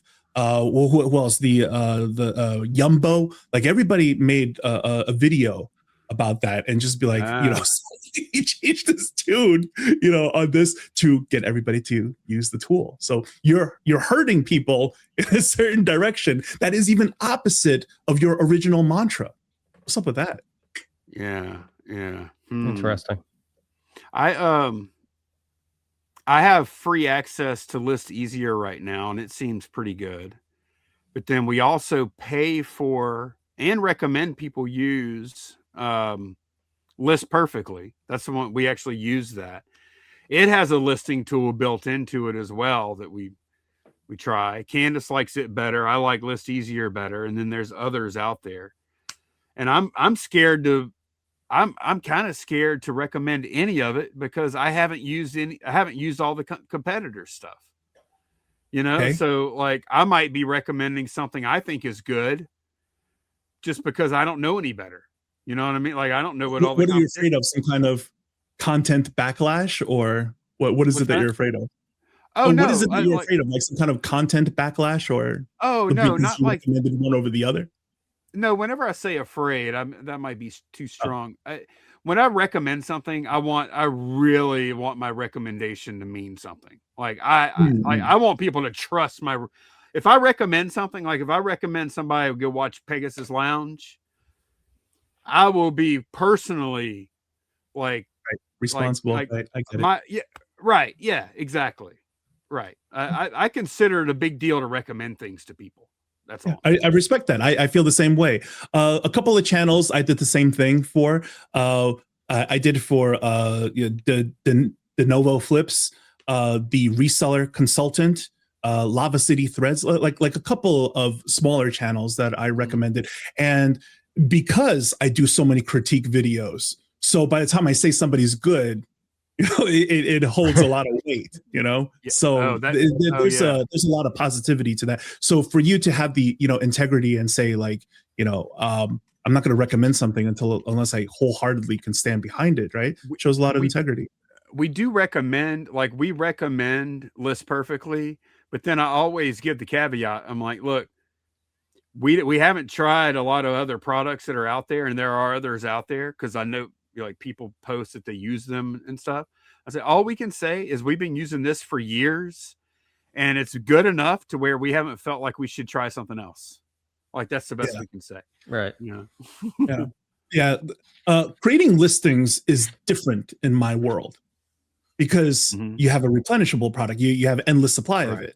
So the way that I would create something is that right off the gate, I'm going to make like maybe about 4 or 5 listings of the exact same product. And I would use eBay as a pressure testing tool because it's free to list on eBay.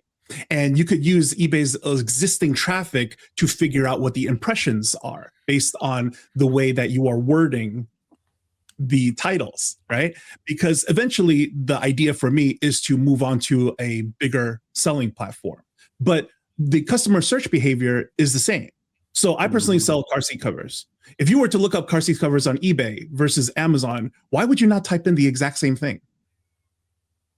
You didn't change, right? I totally would. Yeah. So therefore, whenever you could, so you would make like 4 or 5 listings and then monitor your impressions over time, like how well it shows up. And the one that gets the most impressions, that's the winner. That's what you're going to segue over to the larger platforms. So I use eBay as a stomping ground for a lot of listing creation. That's smart. That's just like, sounds just like a YouTube A/B thumb or title test. A/B testing. Yeah. Yeah. Same exact thing. Yeah. That's smart. Okay. So, if explanations like these for some people, that's not enough for them. They have to see my bank account. They got to know my social security, right? I get it. Well, don't kick rocks. I'm not going to share that. Well, no, I mean, I do think those questions are fair though, because you're going to go on their channels and you're going to like, here's the numbers they're showing and sharing with us. Okay. And you're criticizing that, and that's fair because it's publicly out there, and it's fair to criticize it. But then you're not offering your own. There is no example of Peg to criticize. So what's interesting is that I hardly ever criticize somebody's claims. You want to tell the world you make 6 figures, 100K, whatever. That's fine. That's not usually my angle of attack when we're doing idea for idea here. There's something else that is, I call out the smoke and mirrors for, right? For example, when Big Yumbo showed his numbers, he just showed his back end. And then you'd be like, there's my number right there.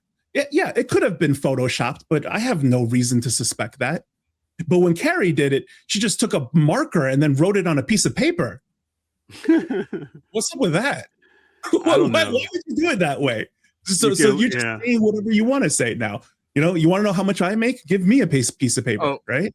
You know what? I'll tell you one that you did that wasn't fair, Peg. Oh, you want to know one? Here we go. And I think it wasn't fair. It's not about me. As a matter of fact, I still thought it was still entertaining and funny. Okay, I'm not saying it wasn't that. It's when you went after Commonwealth for getting replenishable, and there are 2 terms: multi-quantity and replenishable. He mixed up the usage of it. And if you've watched like Kevin at all, me and Kevin have gone back and forth over the years about this and that, right?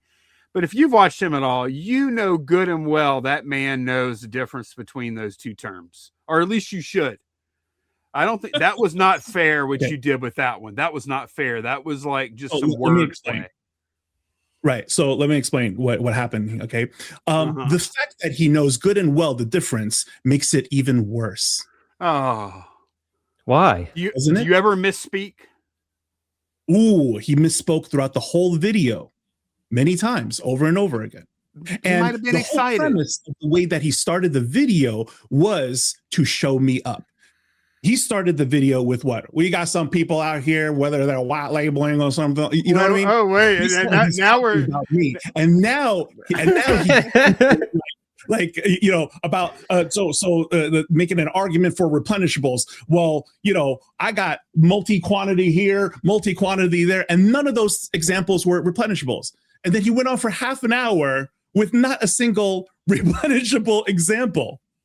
So why start off saying replenishable, and then just go into multi-quantity? So what are you trying to do here?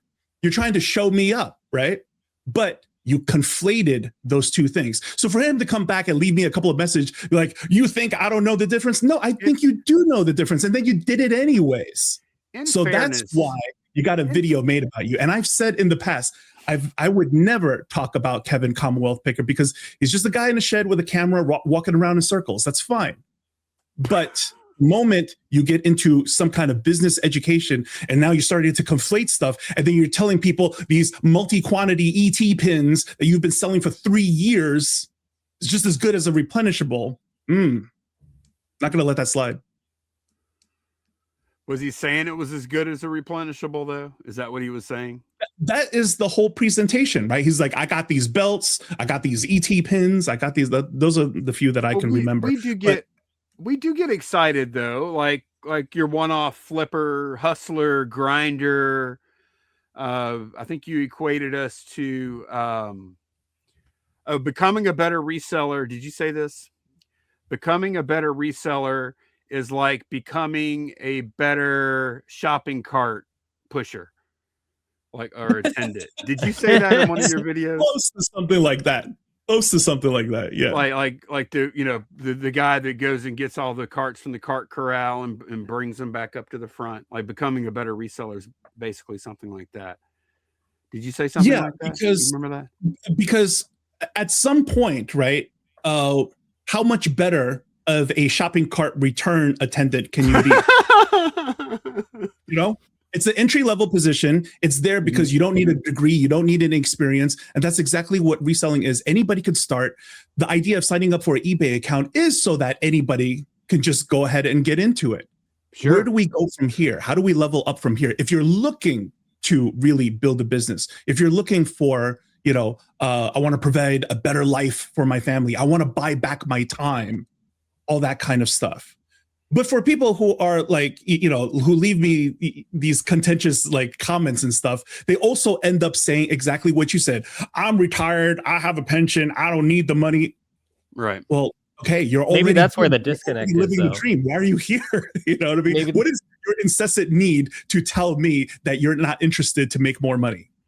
I don't know. That might be the disconnect though. Like people watch your videos and they think that you're attacking all resellers. And I know that's not the case necessarily, as you've kind of clarified in this show. I don't know, man. When I watch his videos, like I feel attacked often. I'm okay. I'm used to it by that's now. what I'm saying. But that's what I'm saying.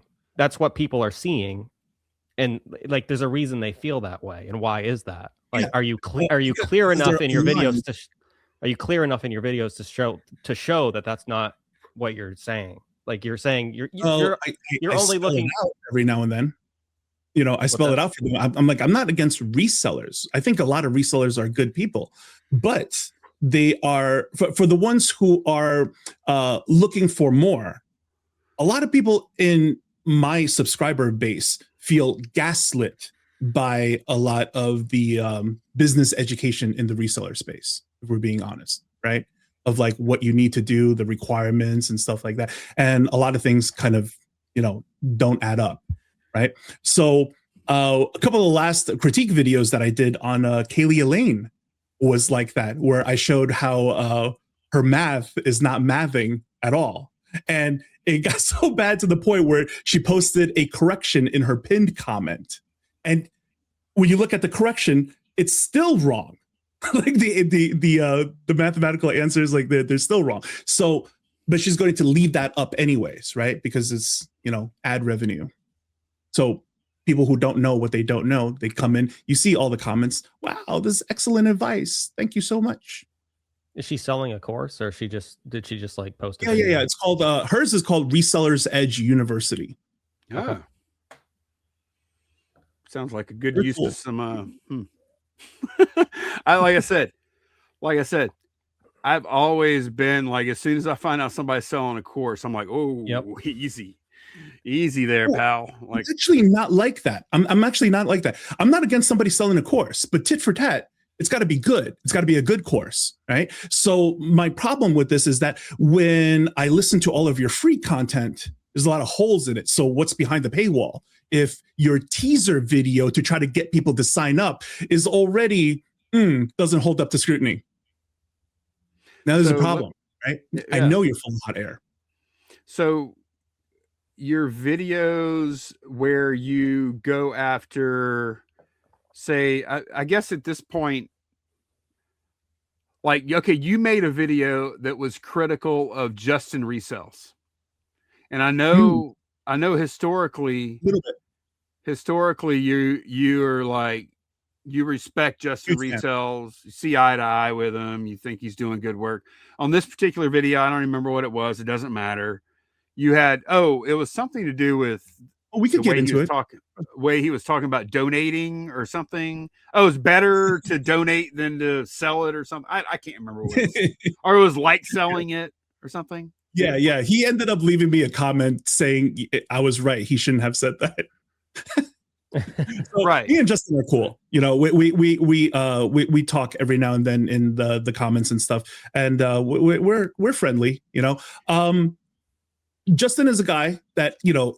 A lot of people say this about me, right? Like, I don't agree with everything that he says, just to sound like you're not a sheep, right? And when you press them on, okay, so what do you disagree with Peg on? Not a single example comes up. So for me, I could safely say, right, that like, yeah, I agree with Justin on the most part and not to everything, right? So that one I was being a little bit nitpicky on because he just finished telling Kevin Toomey that everything sells. But then there are times where, he even prefers going on a purge run than selling. And then he was like, okay, yeah, that was kind of hyperbolic of me. I shouldn't have said that. But where I really disagree with him on is a book called The Dip by Seth Godin.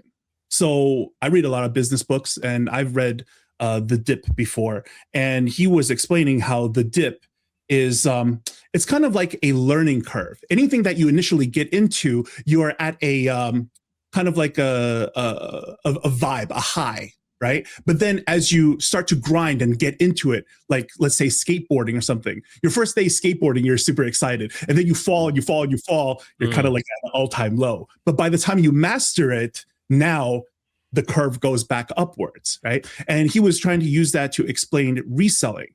But Seth Godin also has two other curves, which is the cul-de-sac and the cliff. And what the cul-de-sac is that it feels like some progress, but then not really. Some progress and then not really. And to me, I would say that Seth Godin would have said reselling is the cul-de-sac because you hit a plateau. Most people hit a plateau very easily unless you make some serious structural changes, like you hire a lot of employees like Craigslist Hunter did. And then the other one is the cliff. The cliff is when you're making progress and then you crash and burn. Kind of like me when I did Pegasus Vapor Academy because the industry was just taken away from us. Mm-hmm. So the problem with Seth Godin's teachings is that in the beginning, you don't know if you are part of the dip, the cul-de-sac, or the curve until you're knee deep into it. So I'm not a big fan of the book, but I definitely disagree with Justin to use the dip to describe reselling when I'm pretty certain Seth Godin himself would have described reselling as the cul-de-sac. Okay. Well, but he was speaking in general terms, like pretty much anything you learn is going to be like that, right? And you're saying for some reason that reselling is so simple, so simplistic that it doesn't have a learning curve that will mimic that kind of thing. Is that what you're saying? So how long have you been reselling? 10 years. Like how many years? Many years? Like how many years? 10 years, right. So how much more proficient and better are you 5 years into reselling, just like the basic stuff versus 10 years into reselling? Like how much more, compared to the first 5 at the, as far as progress? I understand what you're saying. Like the first 5 years of growth was much, much better than the last 5 years of growth. So I would say that a good 5 years, Lonnie's ready for more. If you wanted to evolve, you're ready for more. You've learned all you can learn from reselling. You've hit mastery already. You know what I mean?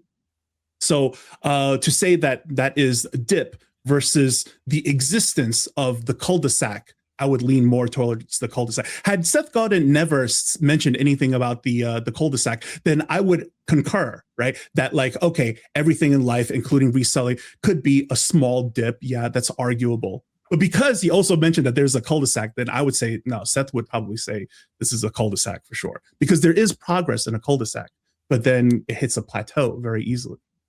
Okay. But you're anti-reseller guy, so you're going to, that's the conclusion you're going to come up with anyway, right? I'm not anti-reselling. Everybody somewhere. Okay, if I could make a go on record, right? I'm against staying here.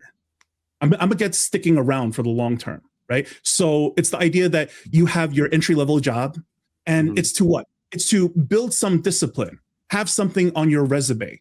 I was a shopping cart return. I worked the drive-through at McDonald's. Eventually, I became a clerk at a bank, et cetera, and I worked my way up, right?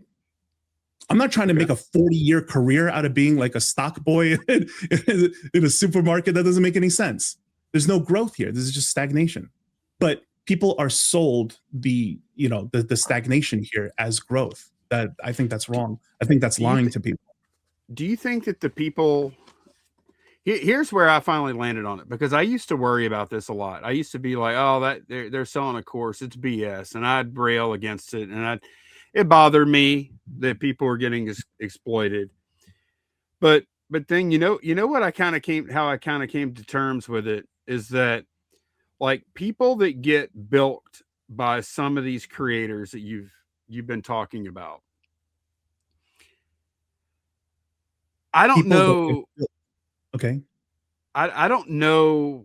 I don't know that they wouldn't get bilked by somebody at some point anyways. You have to be somewhat savvy. You have to have your wits about you. You have to be kind of street smart to make it in this game.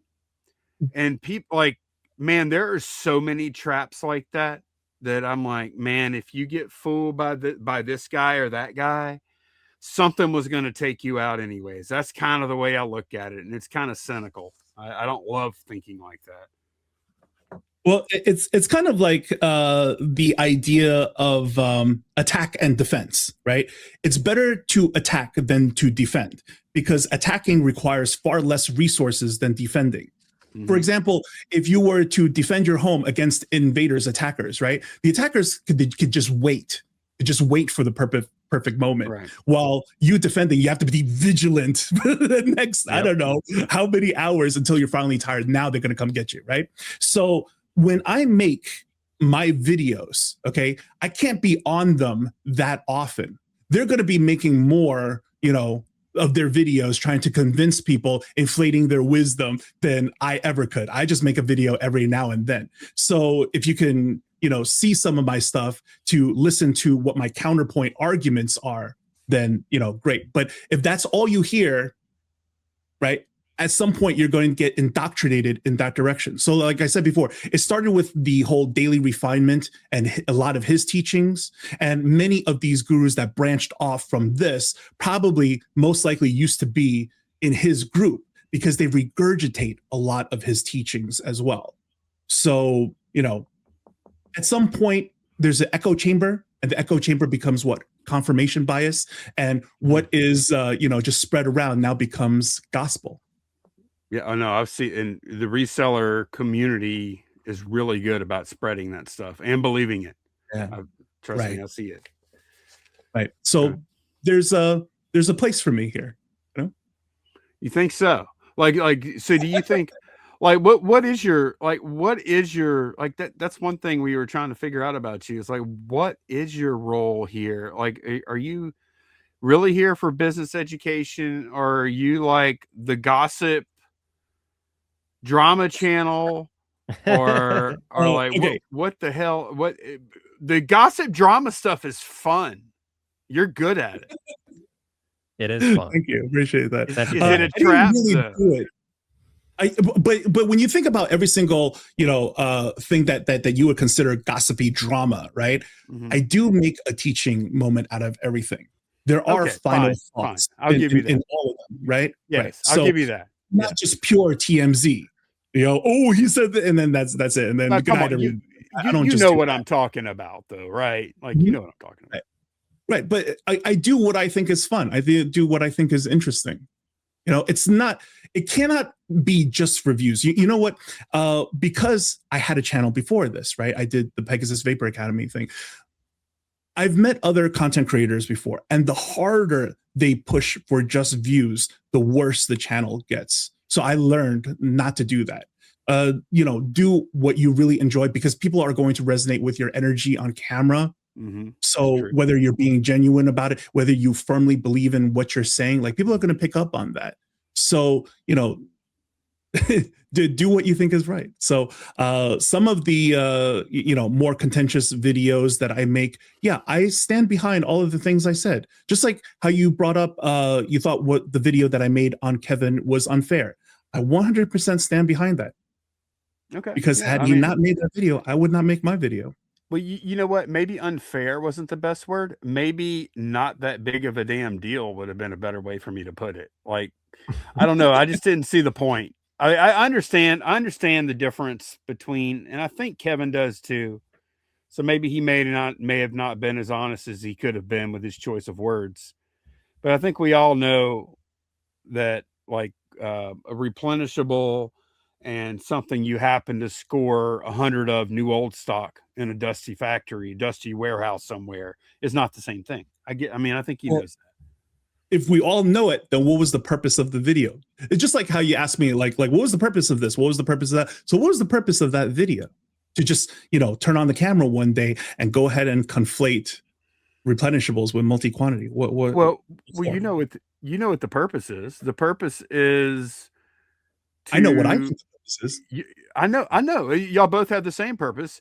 He is clout chasing you because you were hot at that moment, and you were clout chasing him because he, Kevin's Kevin, and he's got a little bit of something with him. So you're like, hey, you admit that he kind of gave it to me, right? He kind of walked into it and he just kind of gave it to me because the replies on my channel, look, if I call somebody out very badly, right? Even my own subs would come after me because the crowd that I got doesn't listen with their hearts. They listen, to logic, and like stuff has to add up. And one of James's biggest downfalls is what? He tried to do Pegasus Lounge and he failed. Because when was the last time, look, James makes a lot of arguments, right? But when was the last time you saw him pull up a chart, a graph, a receipt, anything, something concrete to go on? All he ever does is make everything about himself. That's all he ever does, right? So when he doesn't like something, he doesn't talk about why it's wrong, what is the correct approach, what is the proper mechanic. He talks about how it made him feel. Yeah, and his life experience, what he would do. Everything is about him. And so that's why I like him. Here and point fingers and say Pegasus is the know-it-all. No, that's what a know-it-all actually is. But that's what James. That's what I was saying earlier, though, and you know this too, sir. Is that's what James is. James is not the logical guy. James is the feeler. And he's gonna he's gonna say James things and do James things, and people are like, you know what you're gonna get, and you're like, that's what you get with him. Like you feel like you got two choices. Either you're gonna leave it alone because that's how he is, or you're going to lean into it because it's great for content. What are you gonna do? Yep. Well, I mean, it worked. Let's have fun. But I don't want to get that involved with James, though. He kind of scares me a little bit. Why? Why would it scare you? I don't know, man. Well, he's gone now, supposedly. Yeah. We'll see. Okay, so what's he going to do? He doesn't make any solid points. If he ever made a video on you, it would be like, 3 minutes of it before he just derails himself and then just makes it all about him. I've had guys like him on my case. I've had guys like him, not like him. I've had people on my case before that did not let go for years. So, I could, and not that James would be like that. I've never had a negative interaction with James. So, James, if you're watching this right now, I don't have, but I do find the dynamic between James, if you're watching right now, this dynamic between you and Peg, I find it to be captivating. You two guys go together. You and Peg and James go together like PB and J, man. They just do. Yep. He needs to know that I don't personally hate him in any way. I'll tell you guys something, okay? When I mentioned on my channel that Heckin' Steve is going on a weight loss journey, right? He's going on a weight loss journey. The guy's 500 pounds, a big boy. And James super chatted him $10. Yeah. So it's not awful. What does that mean though? I don't know. Maybe he's trying to buy him another Whopper. I don't know. Okay. Come on. The point is, I don't think like on a human level, like James is a bad guy. It's just that when it gets into the content creation and then he says a lot of silly things, right? Then I point out the silly things and then we just all have fun. That's it. For me, it's just content creation. It's not meant to be taken too seriously. And think, James, if anything, I feel as if I made those videos that I did, right, I could talk both guys down from the ledge because it was getting pretty heated between him and John. And John was taking this like very, this is slander, right? This is defamation, et cetera, et cetera. It's getting really serious here. Yeah. So when I made that video, it kind of, add the comedy to it to talk both guys off of the ledge here. That at the end of the day, even if we find out where Sandra is, nobody cares. Nobody really cares. Relax. Yeah. I don't know, man. I don't know. I still feel like maybe you've been a little too mean to James. I don't think it's right. I do. Hey, have you ever seen his channels? I don't know if he still does. I don't think he does them anymore with the puppet shows. He has channels with puppet shows. I didn't even know he had that. Really? Yeah, he has one puppet called Dolly. Huh? What's that? Pig? Why are you giving me more ammo? No, you haven't seen. And then he has a new channel. Oh, it's good. Yeah, he put on these puppet shows and stuff. Yeah, it's great. Okay. Yeah. He's got a new channel that he uploads to very regularly. Yeah. Okay. That he just started. I forget the name of it. Genuinely good, right? If it's genuinely good, I'll say it's good. It's not genuinely good. I was lying. It was horrible. The puppet shows were terrible. But yeah, so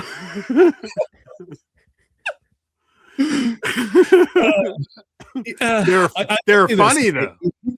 He doesn't put a lot of effort into his videos. No. That's really what it is, right? Minimal editing, minimal thought, just turn it on and wing it. We wing it every single time. So of course, you're gonna have some clapbacks from just winging it because you didn't think a lot of things through. And if you're going to continue to making content like that, then like other people are going to, right? You don't hold, free will against like other people. So when you put that out, other people have a right to put out what they want to put out, right? So I agree, but I'm just asking for you to be nicer to James when because I do think he's going to come back. I think we're just having fun. I don't know. I think you're having fun and I'm having fun. I don't know that James is having fun. Right. That's and I do worry about James from time to time. So yeah, that's fair. Look, it's kind of like being a comedian at a comedy club, right? The intention of him telling jokes. He can't help it if some people are going to just feel offended no matter what, right? They're just going to storm out the door and feel offended. Like there's nothing he could do about it because, everybody else is laughing, right? Everybody else is having a good time. I don't just make it at just purely, out of like being mean-hearted or whatever. If he doesn't say the things that he says, I have no outrageous material to work with anyways. Okay. I have another one for you. We'll move on. Rally Roots. Give me 5 words. 5 words. Yeah. Oof. Oh man. Not good with a couple of sentences. Couple of sentences. Okay. That is exactly what we were talking about, right? When you make like these, evergreen reference type of videos, and then your channel gets huge, but then nobody really sticks around. Because Rally Roots is one of the biggest channels in reselling that I've ever seen that gets the lowest amount of views per capita based on his subs. They right? used to get more views. Mm-hmm. I don't know exactly what happened. They used to do a lot of live streams. They would get they had a good following. They've kind of fell off. Yeah, they were big way back. Yeah, they used to actually get the views that supported their number of followers, but they don't anymore. I got to ask you guys a question, okay? How do you both feel about wholesaling to, your reseller viewership? You know what I'm talking about? Like some people, they do like, whether it's pallets or mystery boxes or whatever, like they're wholesaling to I'm against it. I think generally those situations, the wholesaling is trash. Why is it trash? I don't know. That's the feeling. Like, why wouldn't they just sell it on eBay themselves if it's so good? Right. Like, why they gotta wholesale it? Right, because it's probably already picked through, right? It's like whatever they couldn't get rid of, right? Most likely. Which is why I'm against it. There's a couple of people who do this, right? Who openly do this, right? So David Palaio is one, Rally Roots is another one, Nikki Buys is another one, right? Yeah. Tekken Sports, when you watch his videos, that's clearly just a sorting center, right?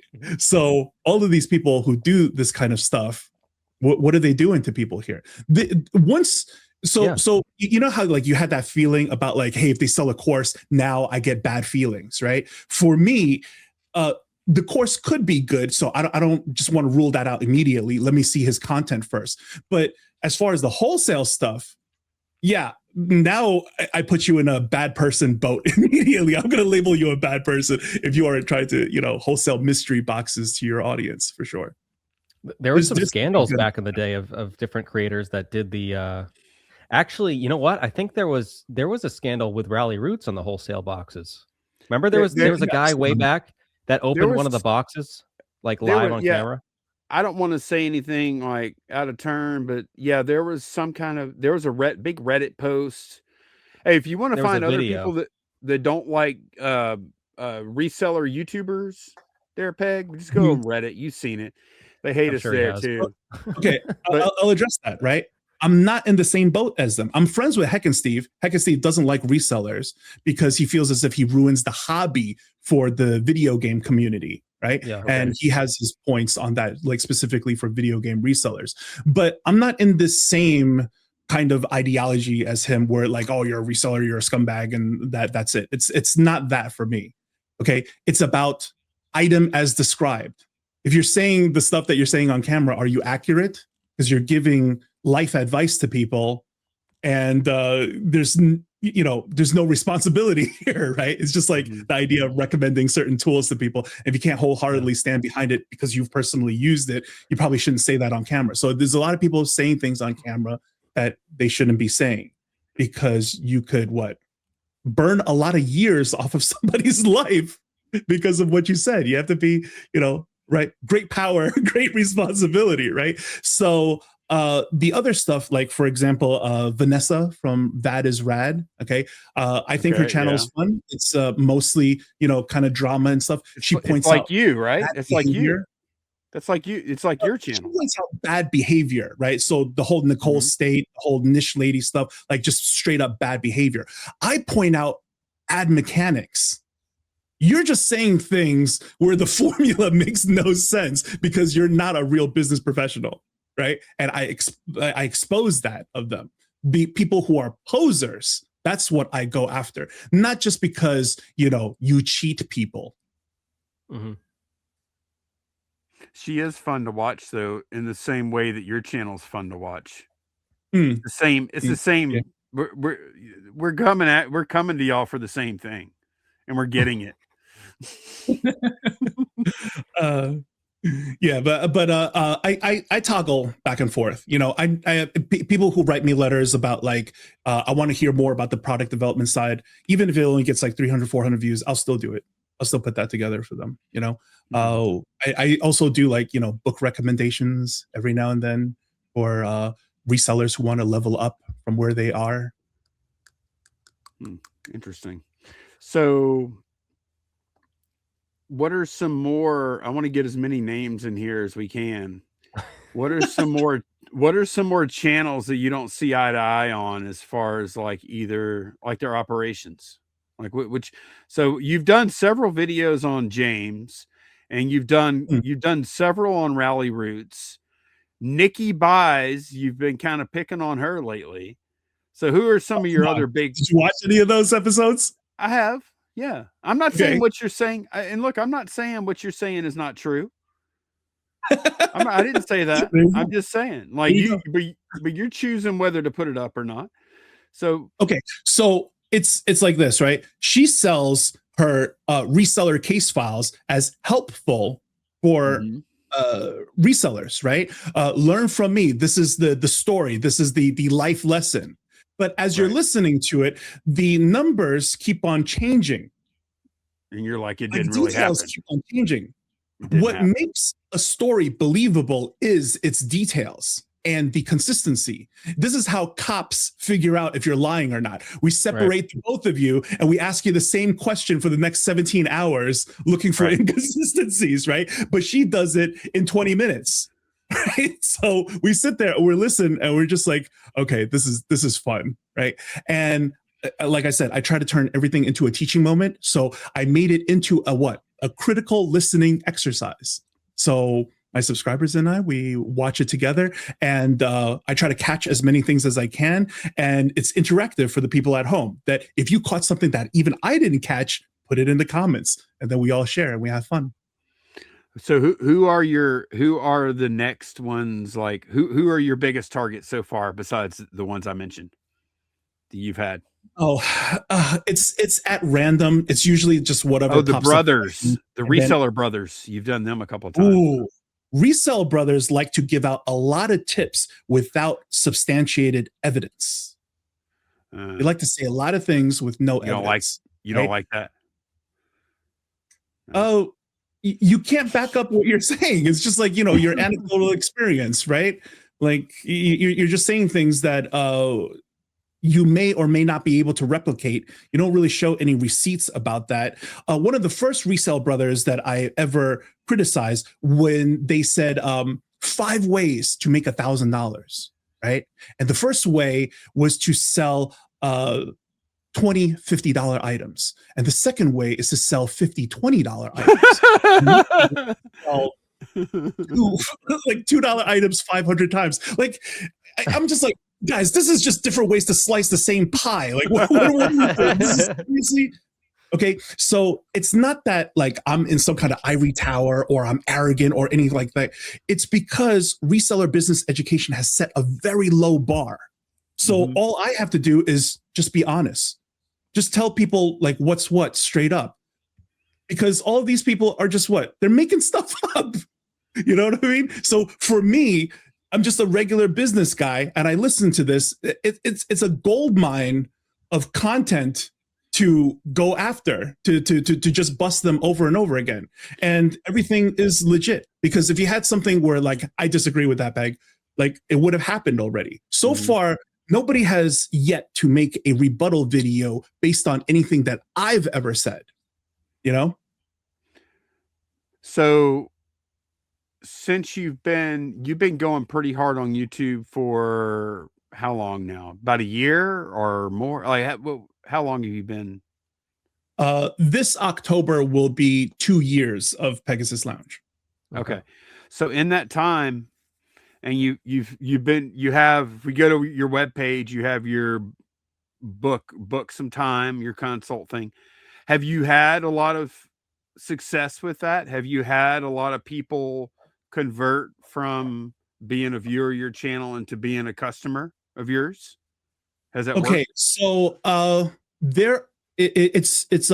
okay, so I'll openly say, right, the success rate is somewhere around 50%, because half of the people I turned down. Like after we booked the consultation and I allow people to show me up to 6 items to pressure test. And I, do it live with them on the spot in a video call. We'll either use a Google Meet or a Discord, and then I'll do a little share screen, right? Kind of like how, if we do things like this, right? And then we come back.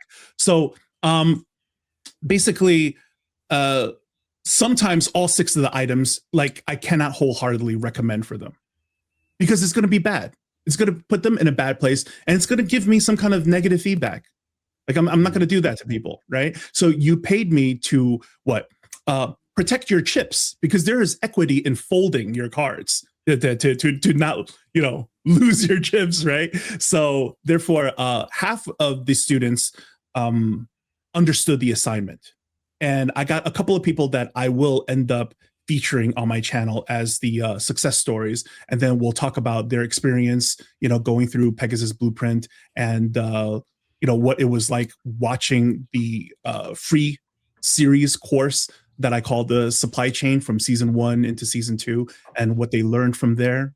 You know? So you have had people sign up based on the videos you've been making. Yeah. So at night, I contact with China and talk to them about their projects, their project items. So I have files on everyone of what they want to do, what adjustments they want to make, what they want to buy, their pricing, their quiet quotes and stuff like that. So yeah, it's all real. Okay, interesting. Yeah.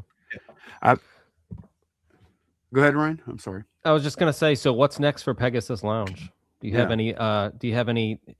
Do you have anybody maybe in your crosshairs that you're going to be targeting next?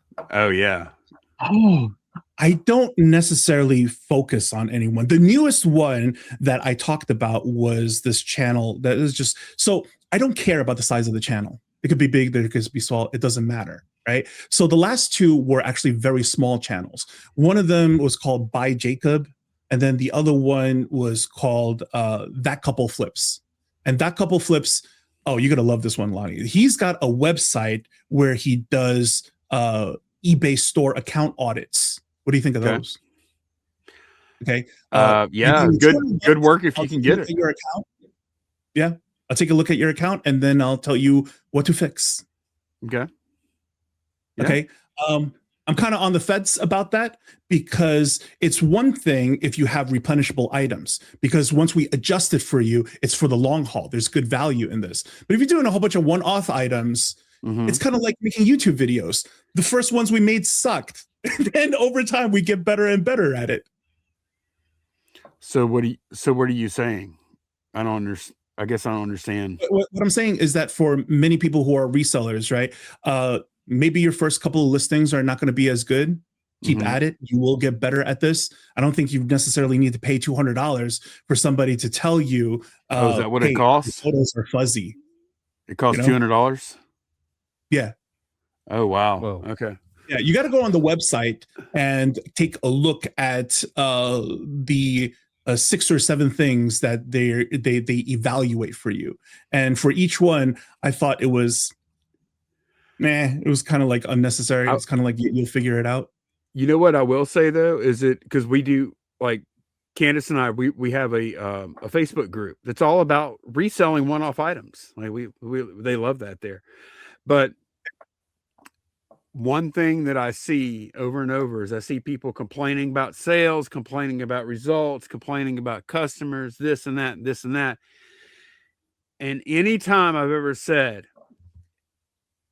let me see your store, and then they show me their store, I can click into their store and I can see within probably 60 seconds what the problem is. You know, it's almost always like the items just suck. Like that's all, like, because if your items are good, you know this. If your items are good, your pictures don't matter. Like none of it matters if your items are sought after. Nothing else really matters, to be honest. And that's the crux of it, right? Here becomes the crux of it. So let's say, the person is charging $200 for it, right? Do you think it's fair money to just pay $200 and have somebody tell you that your items suck and then that's it? Or it's $200, but then he also teaches you what's good items. But to teach somebody good items, that's a really big skill for just $200. That's where it gets weird, right? The learning good items, like it sounds easy, but it and I know you probably, like, being anti-reseller, I'll keep saying that. I know it kind of gets that, kind of grinds your gears. I'll just keep saying it. But being anti-reseller, you probably don't take too much, like you're probably not too impressed by the knowledge that like experienced resellers have when it comes to picking and stuff. But there is actually a lot of knowledge that you pick up after you've been doing this a long time. There is. And to tell somebody, get good at getting better items. Like, I agree. That's where you and I merge, and we're like, yeah, we agree on that. Like, that's just stupid advice. But what you need to get good at, right, as a reseller requires a large catalog, large mental database catalog, right? And I recently watched a video from Grams and Pop's Village, right? And I was listening to what Corey had to say about doing the hard thing. And I thought it was super interesting because I don't disagree with him. We just have different views. He believes that, doing the hard thing is what I do. I believe that doing the hard thing is what he does. Okay. I think the daily grind, the endless work, that's hard. That's because it's hard labor. It's hard times. Right. There are times where you don't want to get out of bed. People get old, sick, injured, tired. Right. And what I do is front load the effort first and then put it on a conveyor belt and then start stacking. Right. Because I believe that the only way to make, serious money is to have multiple streams of income. And when you're a product developer, every item that you develop is another stream of income. So for a reseller, when you're doing like one eBay account, your eBay account is your one stream of income that you're constantly trying to maintain and upkeep, right? New items and stuff and trying to maintain sales. But for myself, every single new item that I put on is one stream of income. So it's kind of like having another eBay account, another eBay account, another eBay account, right? So the approach is completely different. So for him, when he was saying that like product development, you got to come up with the idea and probably refine the item so that people want that stuff is hard. Absolutely, it is. But then after you cross that hurdle, right, we're good. And then we do the next one and the next one. And our previous successful projects help to fund our next projects. So over time, as you get more established, the work gets more complex, but it's also easier. The work never gets easier as a reseller.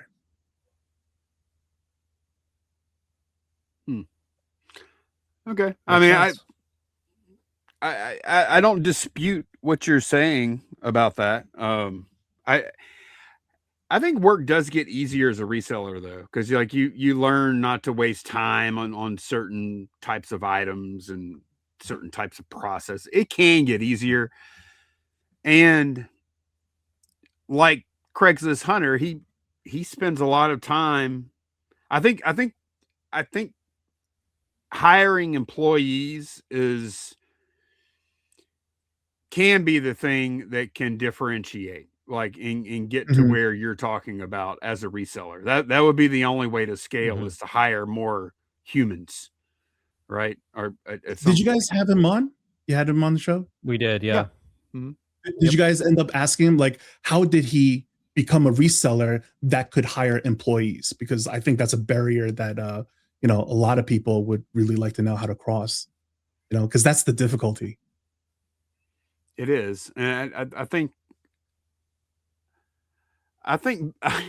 for one thing, I think he's just very smart. He's very smart. I don't think we asked him that. We didn't ask him that specific question. No, I don't think we did. No. He's very smart. He's always had a lot of risk tolerance, and he's bold. Just made good moves. I mean, he's just a smart man. He's an amazing guy. He really is. Yeah. Been knowing Pete for a long time. So who else do you want to take the time right now to call out by name? What other channels are the biggest offenders? I want this on record. It's usually people who are very focused on education. I haven't seen too many educational channels other than Justin Resells that's pretty solid. I'll say this about Justin, right?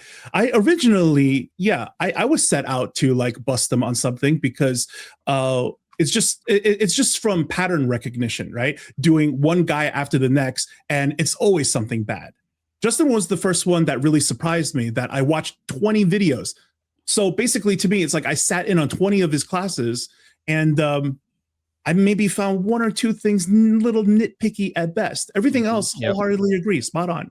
Okay, the advice that he gives, very good, because he's honest with the stuff. One example was when he talked about pricing as a reseller, because it's a single one-off item. You'll never know if you priced it too high or too low because you just had one shot, right? So could I have priced it a little bit cheaper so it sold faster? I don't know. Could I have, did I price it too low so it sold instantly and I left some money on the table? I don't know. But when you have a replenishable item, now we could start adjusting, right? We start lowering the price slowly until it clicks. And then we lower it even more to see if the volume is a better volume to profit ratio.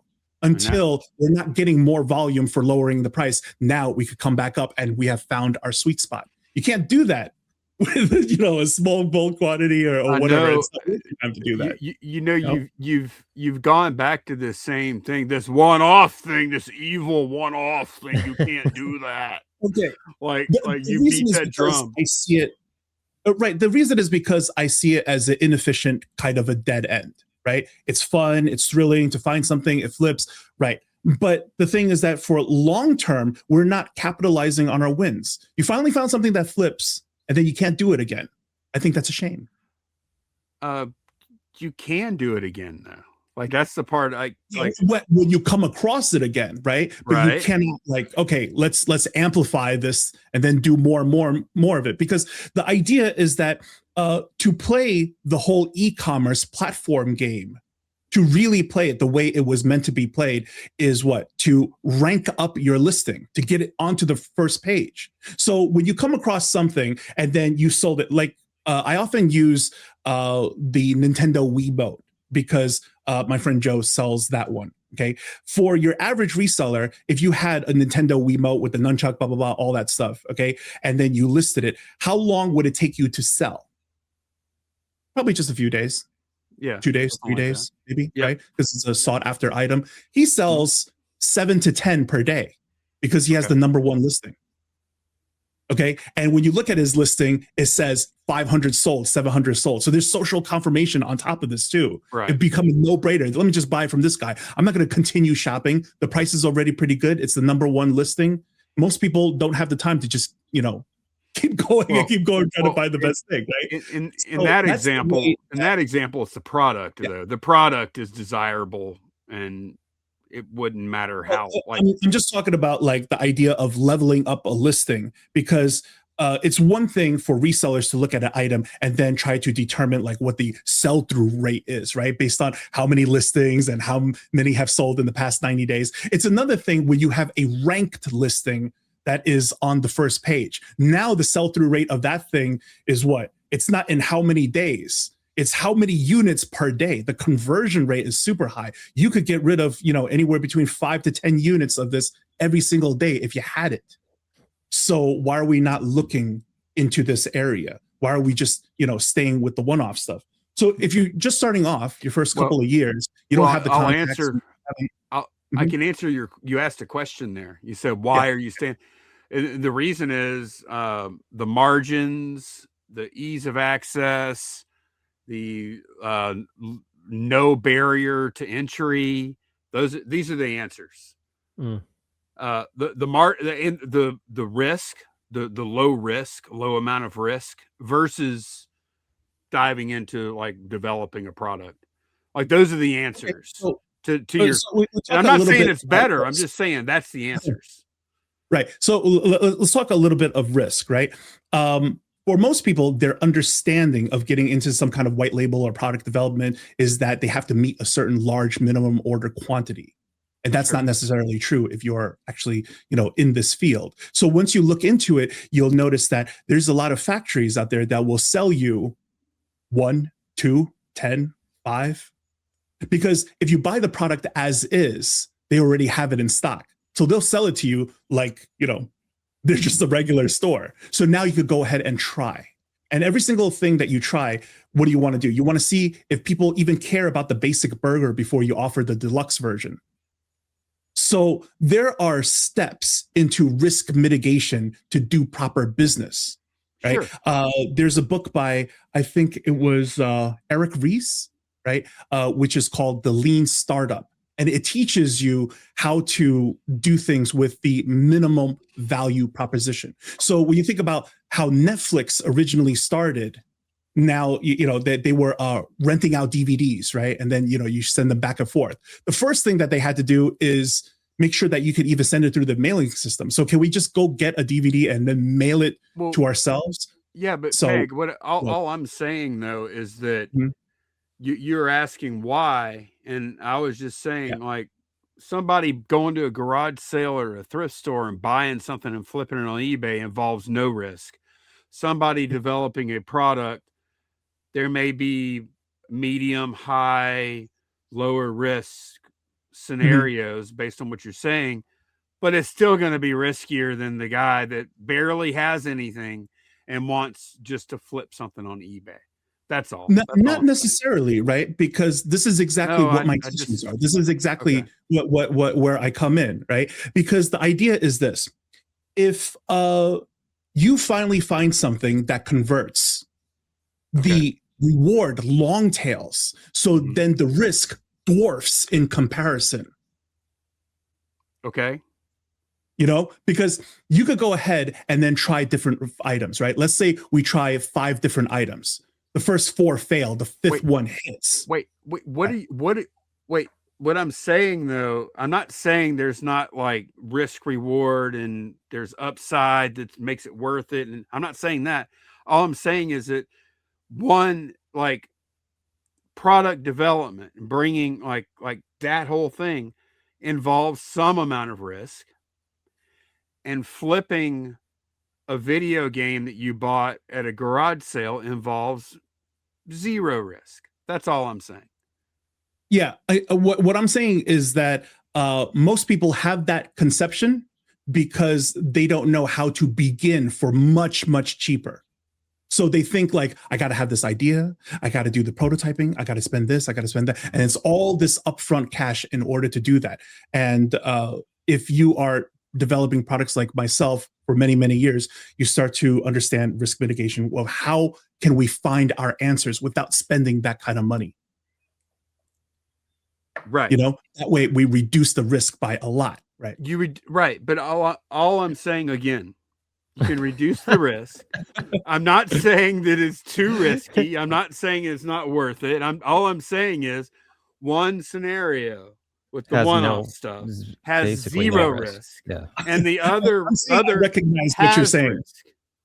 Yeah. I'm saying I recognize what you're saying, right? And I'm also saying that is the perspective of people who don't know how to do product development for very, very cheap. Because if you had that piece of knowledge, then your worldview wouldn't just be like, okay, I'm just going to do reselling because that's the only low risk thing. When you think about what you're doing with reselling, right, you actually invest a lot of upfront labor. So if you go out and then you get a haul, right, of like 30 items, and then you put it all up, and then you cleaned it, you folded it, you do like everything is upfront first, and then you wait for the compensation afterwards. Most of our cost on most of our items is not what we paid for the items. It's the amount of work we did, after that. Yeah. So, but all I'm saying is like the person that absolutely doesn't have a dime to lose can go on eBay and flip something. That same person is not going to be in a situation where they can develop a product. That's all. That's all. We're on the same page of that. I think reselling is a great place to start, but 5 years into it, if you're looking for more, then you kind of can't just stick around here. We got to evolve. Right? There's no other way to break the ceiling other than some kind of evolution. Or so hire employees. A way to hire employees. Yeah, that's one way of scaling, right? Because he found a way to buy somebody else's time. That's the idea of employment. Yeah. Yep. Woo, man, we've been going 2.5 hours here. Wow. Yeah, this one's. But you think it was going to go on for this long? Yeah, I kind of did. Actually, it could be longer too. But Peg, thanks a bunch for doing this with us. We really appreciate you taking the time. You knew it wasn't going to necessarily be all, bunch of joking around and I felt it was a lot of fun, and it ended up being a lot of joking around, to be honest. I thought it was fun. It was great meeting you guys. Yeah, good meeting you too, man. And like I said before, we agree on a lot of this stuff. I just think you should be a little nicer to James Helferstay. If you can do that, if you can make nice with James Helferstay when he comes back, because he is coming back, because he ain't making his AdSense on these videos he's making right now. He's going to look at that James Helferstay channel. And he's going to be like, oh, man, I got to get back on there and make these videos again. And when he does, you over under on that. I think what is today? Today is you'll make a friggin' first. The first, yeah. Okay, I think he'll have a video up on James Helfer's Day by Friday. I think he'll put one up Friday. Okay. I thought about it. You know, if we should do like a conclusion to this, and I was just going to put rage quit into the thumbnail. But then again, you know, we all know he's coming back somehow. If anything, I hope he does come back. But I don't ever see anywhere where, you know, him and I are going to, now we're best friends and buddy or see eye to eye or whatever, because he's always going to say something wild, right? And right, and I'm always going to have fun with it. But I absolutely, on the record, I don't mean it in a try to be mean or bully him kind of way. But if he takes it that way, you know, that's him. You do, sometimes you bully him and sometimes you do not. Like from my perspective, when I watch, sometimes you're kicking the man when he's down, and sometimes he deserves it, and sometimes you're being mean. I'm just telling you, like, from a guy watching it from his, like, just eating my popcorn and watching, that's what I see. Okay. Give me an example of when I was being mean, because I, you know, just like you, right? We need a specific here. Oh my God. Who's being mean? Okay. Don't tell me you got mom brain now, right? Because you're no, you know, it's not that. It's just you've made entire videos about James' when James has a meltdown. You make entire videos, and you even go so far, you store his videos on your side, because you know he could take his videos down on his side, and so you store them so you can still react to them. That was the one time I did. I had a gut feeling he might do that, right? It was him with a dunce cap doing a push-up, apologizing to John, and then I think 48 hours, and then he took it down. Like who does an apology video and then just takes it down? That means sorry, not sorry, right? So I had a feeling that he might do that, because he ended up taking down like a whole bunch of videos about me. Right. And, you know, I'm kind of bummed out about that. I wish he left it up, but he ended up taking it down. So I had a feeling he might take that down. So I will circle back to this. So let me just download it for now. And then he did take it down. So we circled back. So can you do, you know what here's my challenge to you, Peg.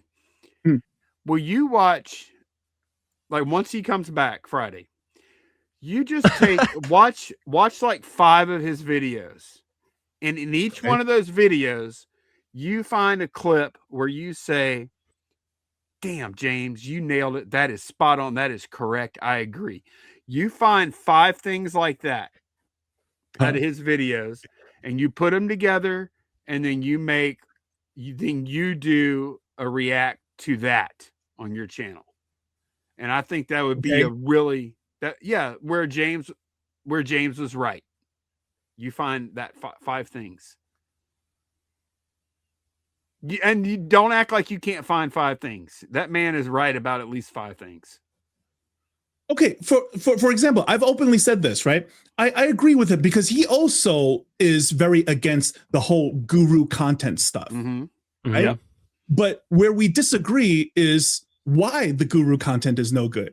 My argument is not that they are gurus. It's that they're fake gurus. You got to be a real guru. You got to really know what you're talking about. That's my argument. Now, James probably says the same thing, but he never proves it. You can't just go out and accuse you. You're doing the same thing that you did to John, right? You just like accusation based on. So I think, as I said in my video, he could have totally said, I'm calling it right now, right? I think Sandra is John. You could say that's what you think. You can't just, you know, say that, you know, definitively it is, and you have no evidence. And then he caught his own backlash for that, right? Everybody called him out for that, for both his own channel and, you know, everywhere else. So it was irresponsible. If I was John, I would be very mad. I don't know John. I don't know any of these characters. I don't know James. I don't know John. I've messaged with Josh. Commenting on it. I saw your comment somewhere on that, right? Yeah, you read it, I think, didn't you? Yeah. Yeah. Oh yeah, you did. You read my comment. I'm like, yes, I made a peg video. But right. Yeah. but wait, what was I saying? Oh, I don't really know any of these characters that well, but once I found out that there was some kind of, because I know Josh Galt has List Easier, and I know John, who used to do the show with Josh Galt.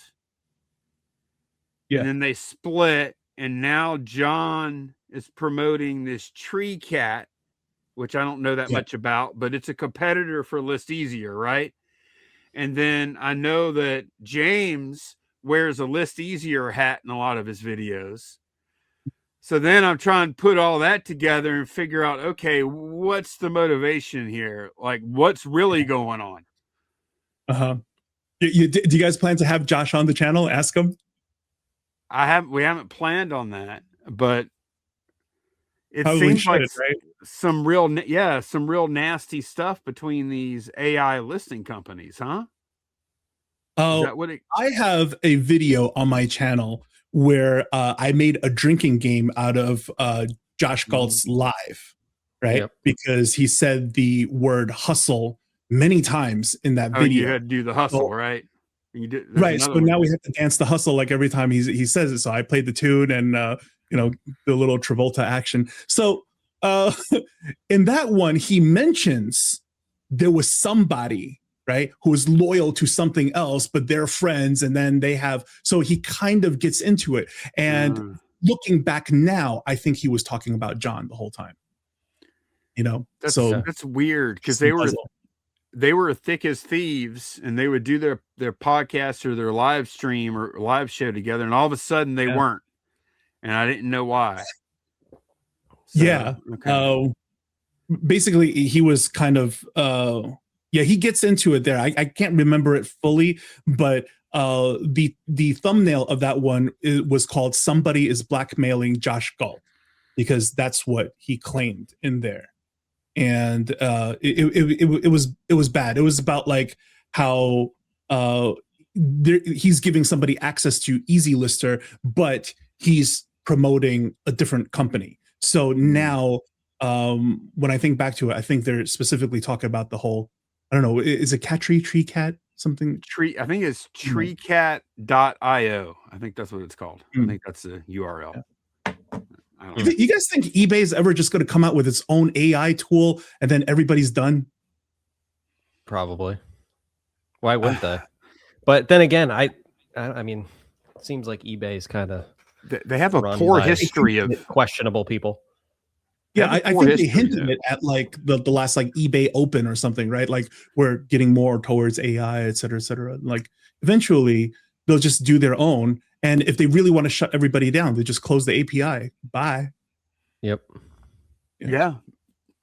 You would think, although their track record in the past doesn't support them actually doing that, because they could have shut down third party companies many times over the years, and they chose not to. Like WorthPoint has that deal, for doing the lookups of the old solds going back past 3 years at this point.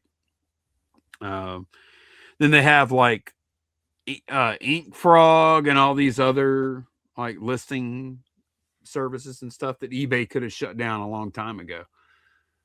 Yeah. So I don't know. But yeah, Peg, thanks a bunch for doing this with us tonight. We really appreciate your time. And it was a lot of fun. Thanks, man. Yeah. Okay, no problem. Hope you guys enjoyed. Bye, y'all. See ya.